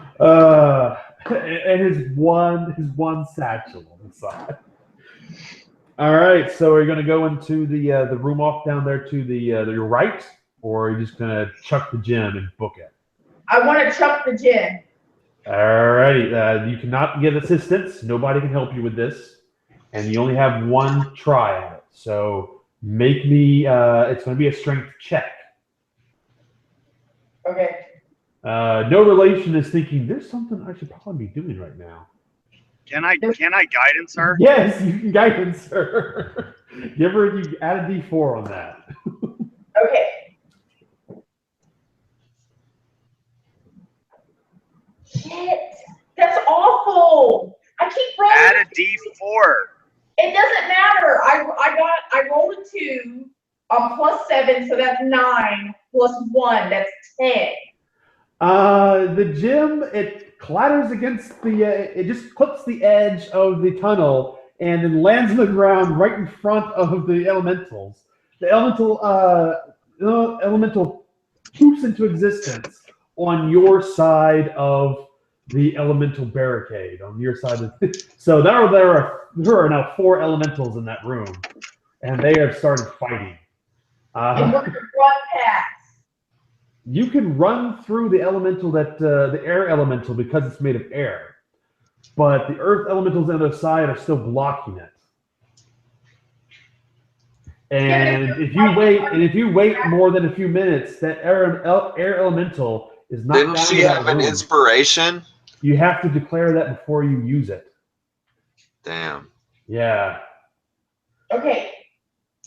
Can't we just run past because they're distracted and fighting? They are distracted, but it won't work nearly as well. What I'll have you do is I'll have you roll an athletics check, and if a DC is 20.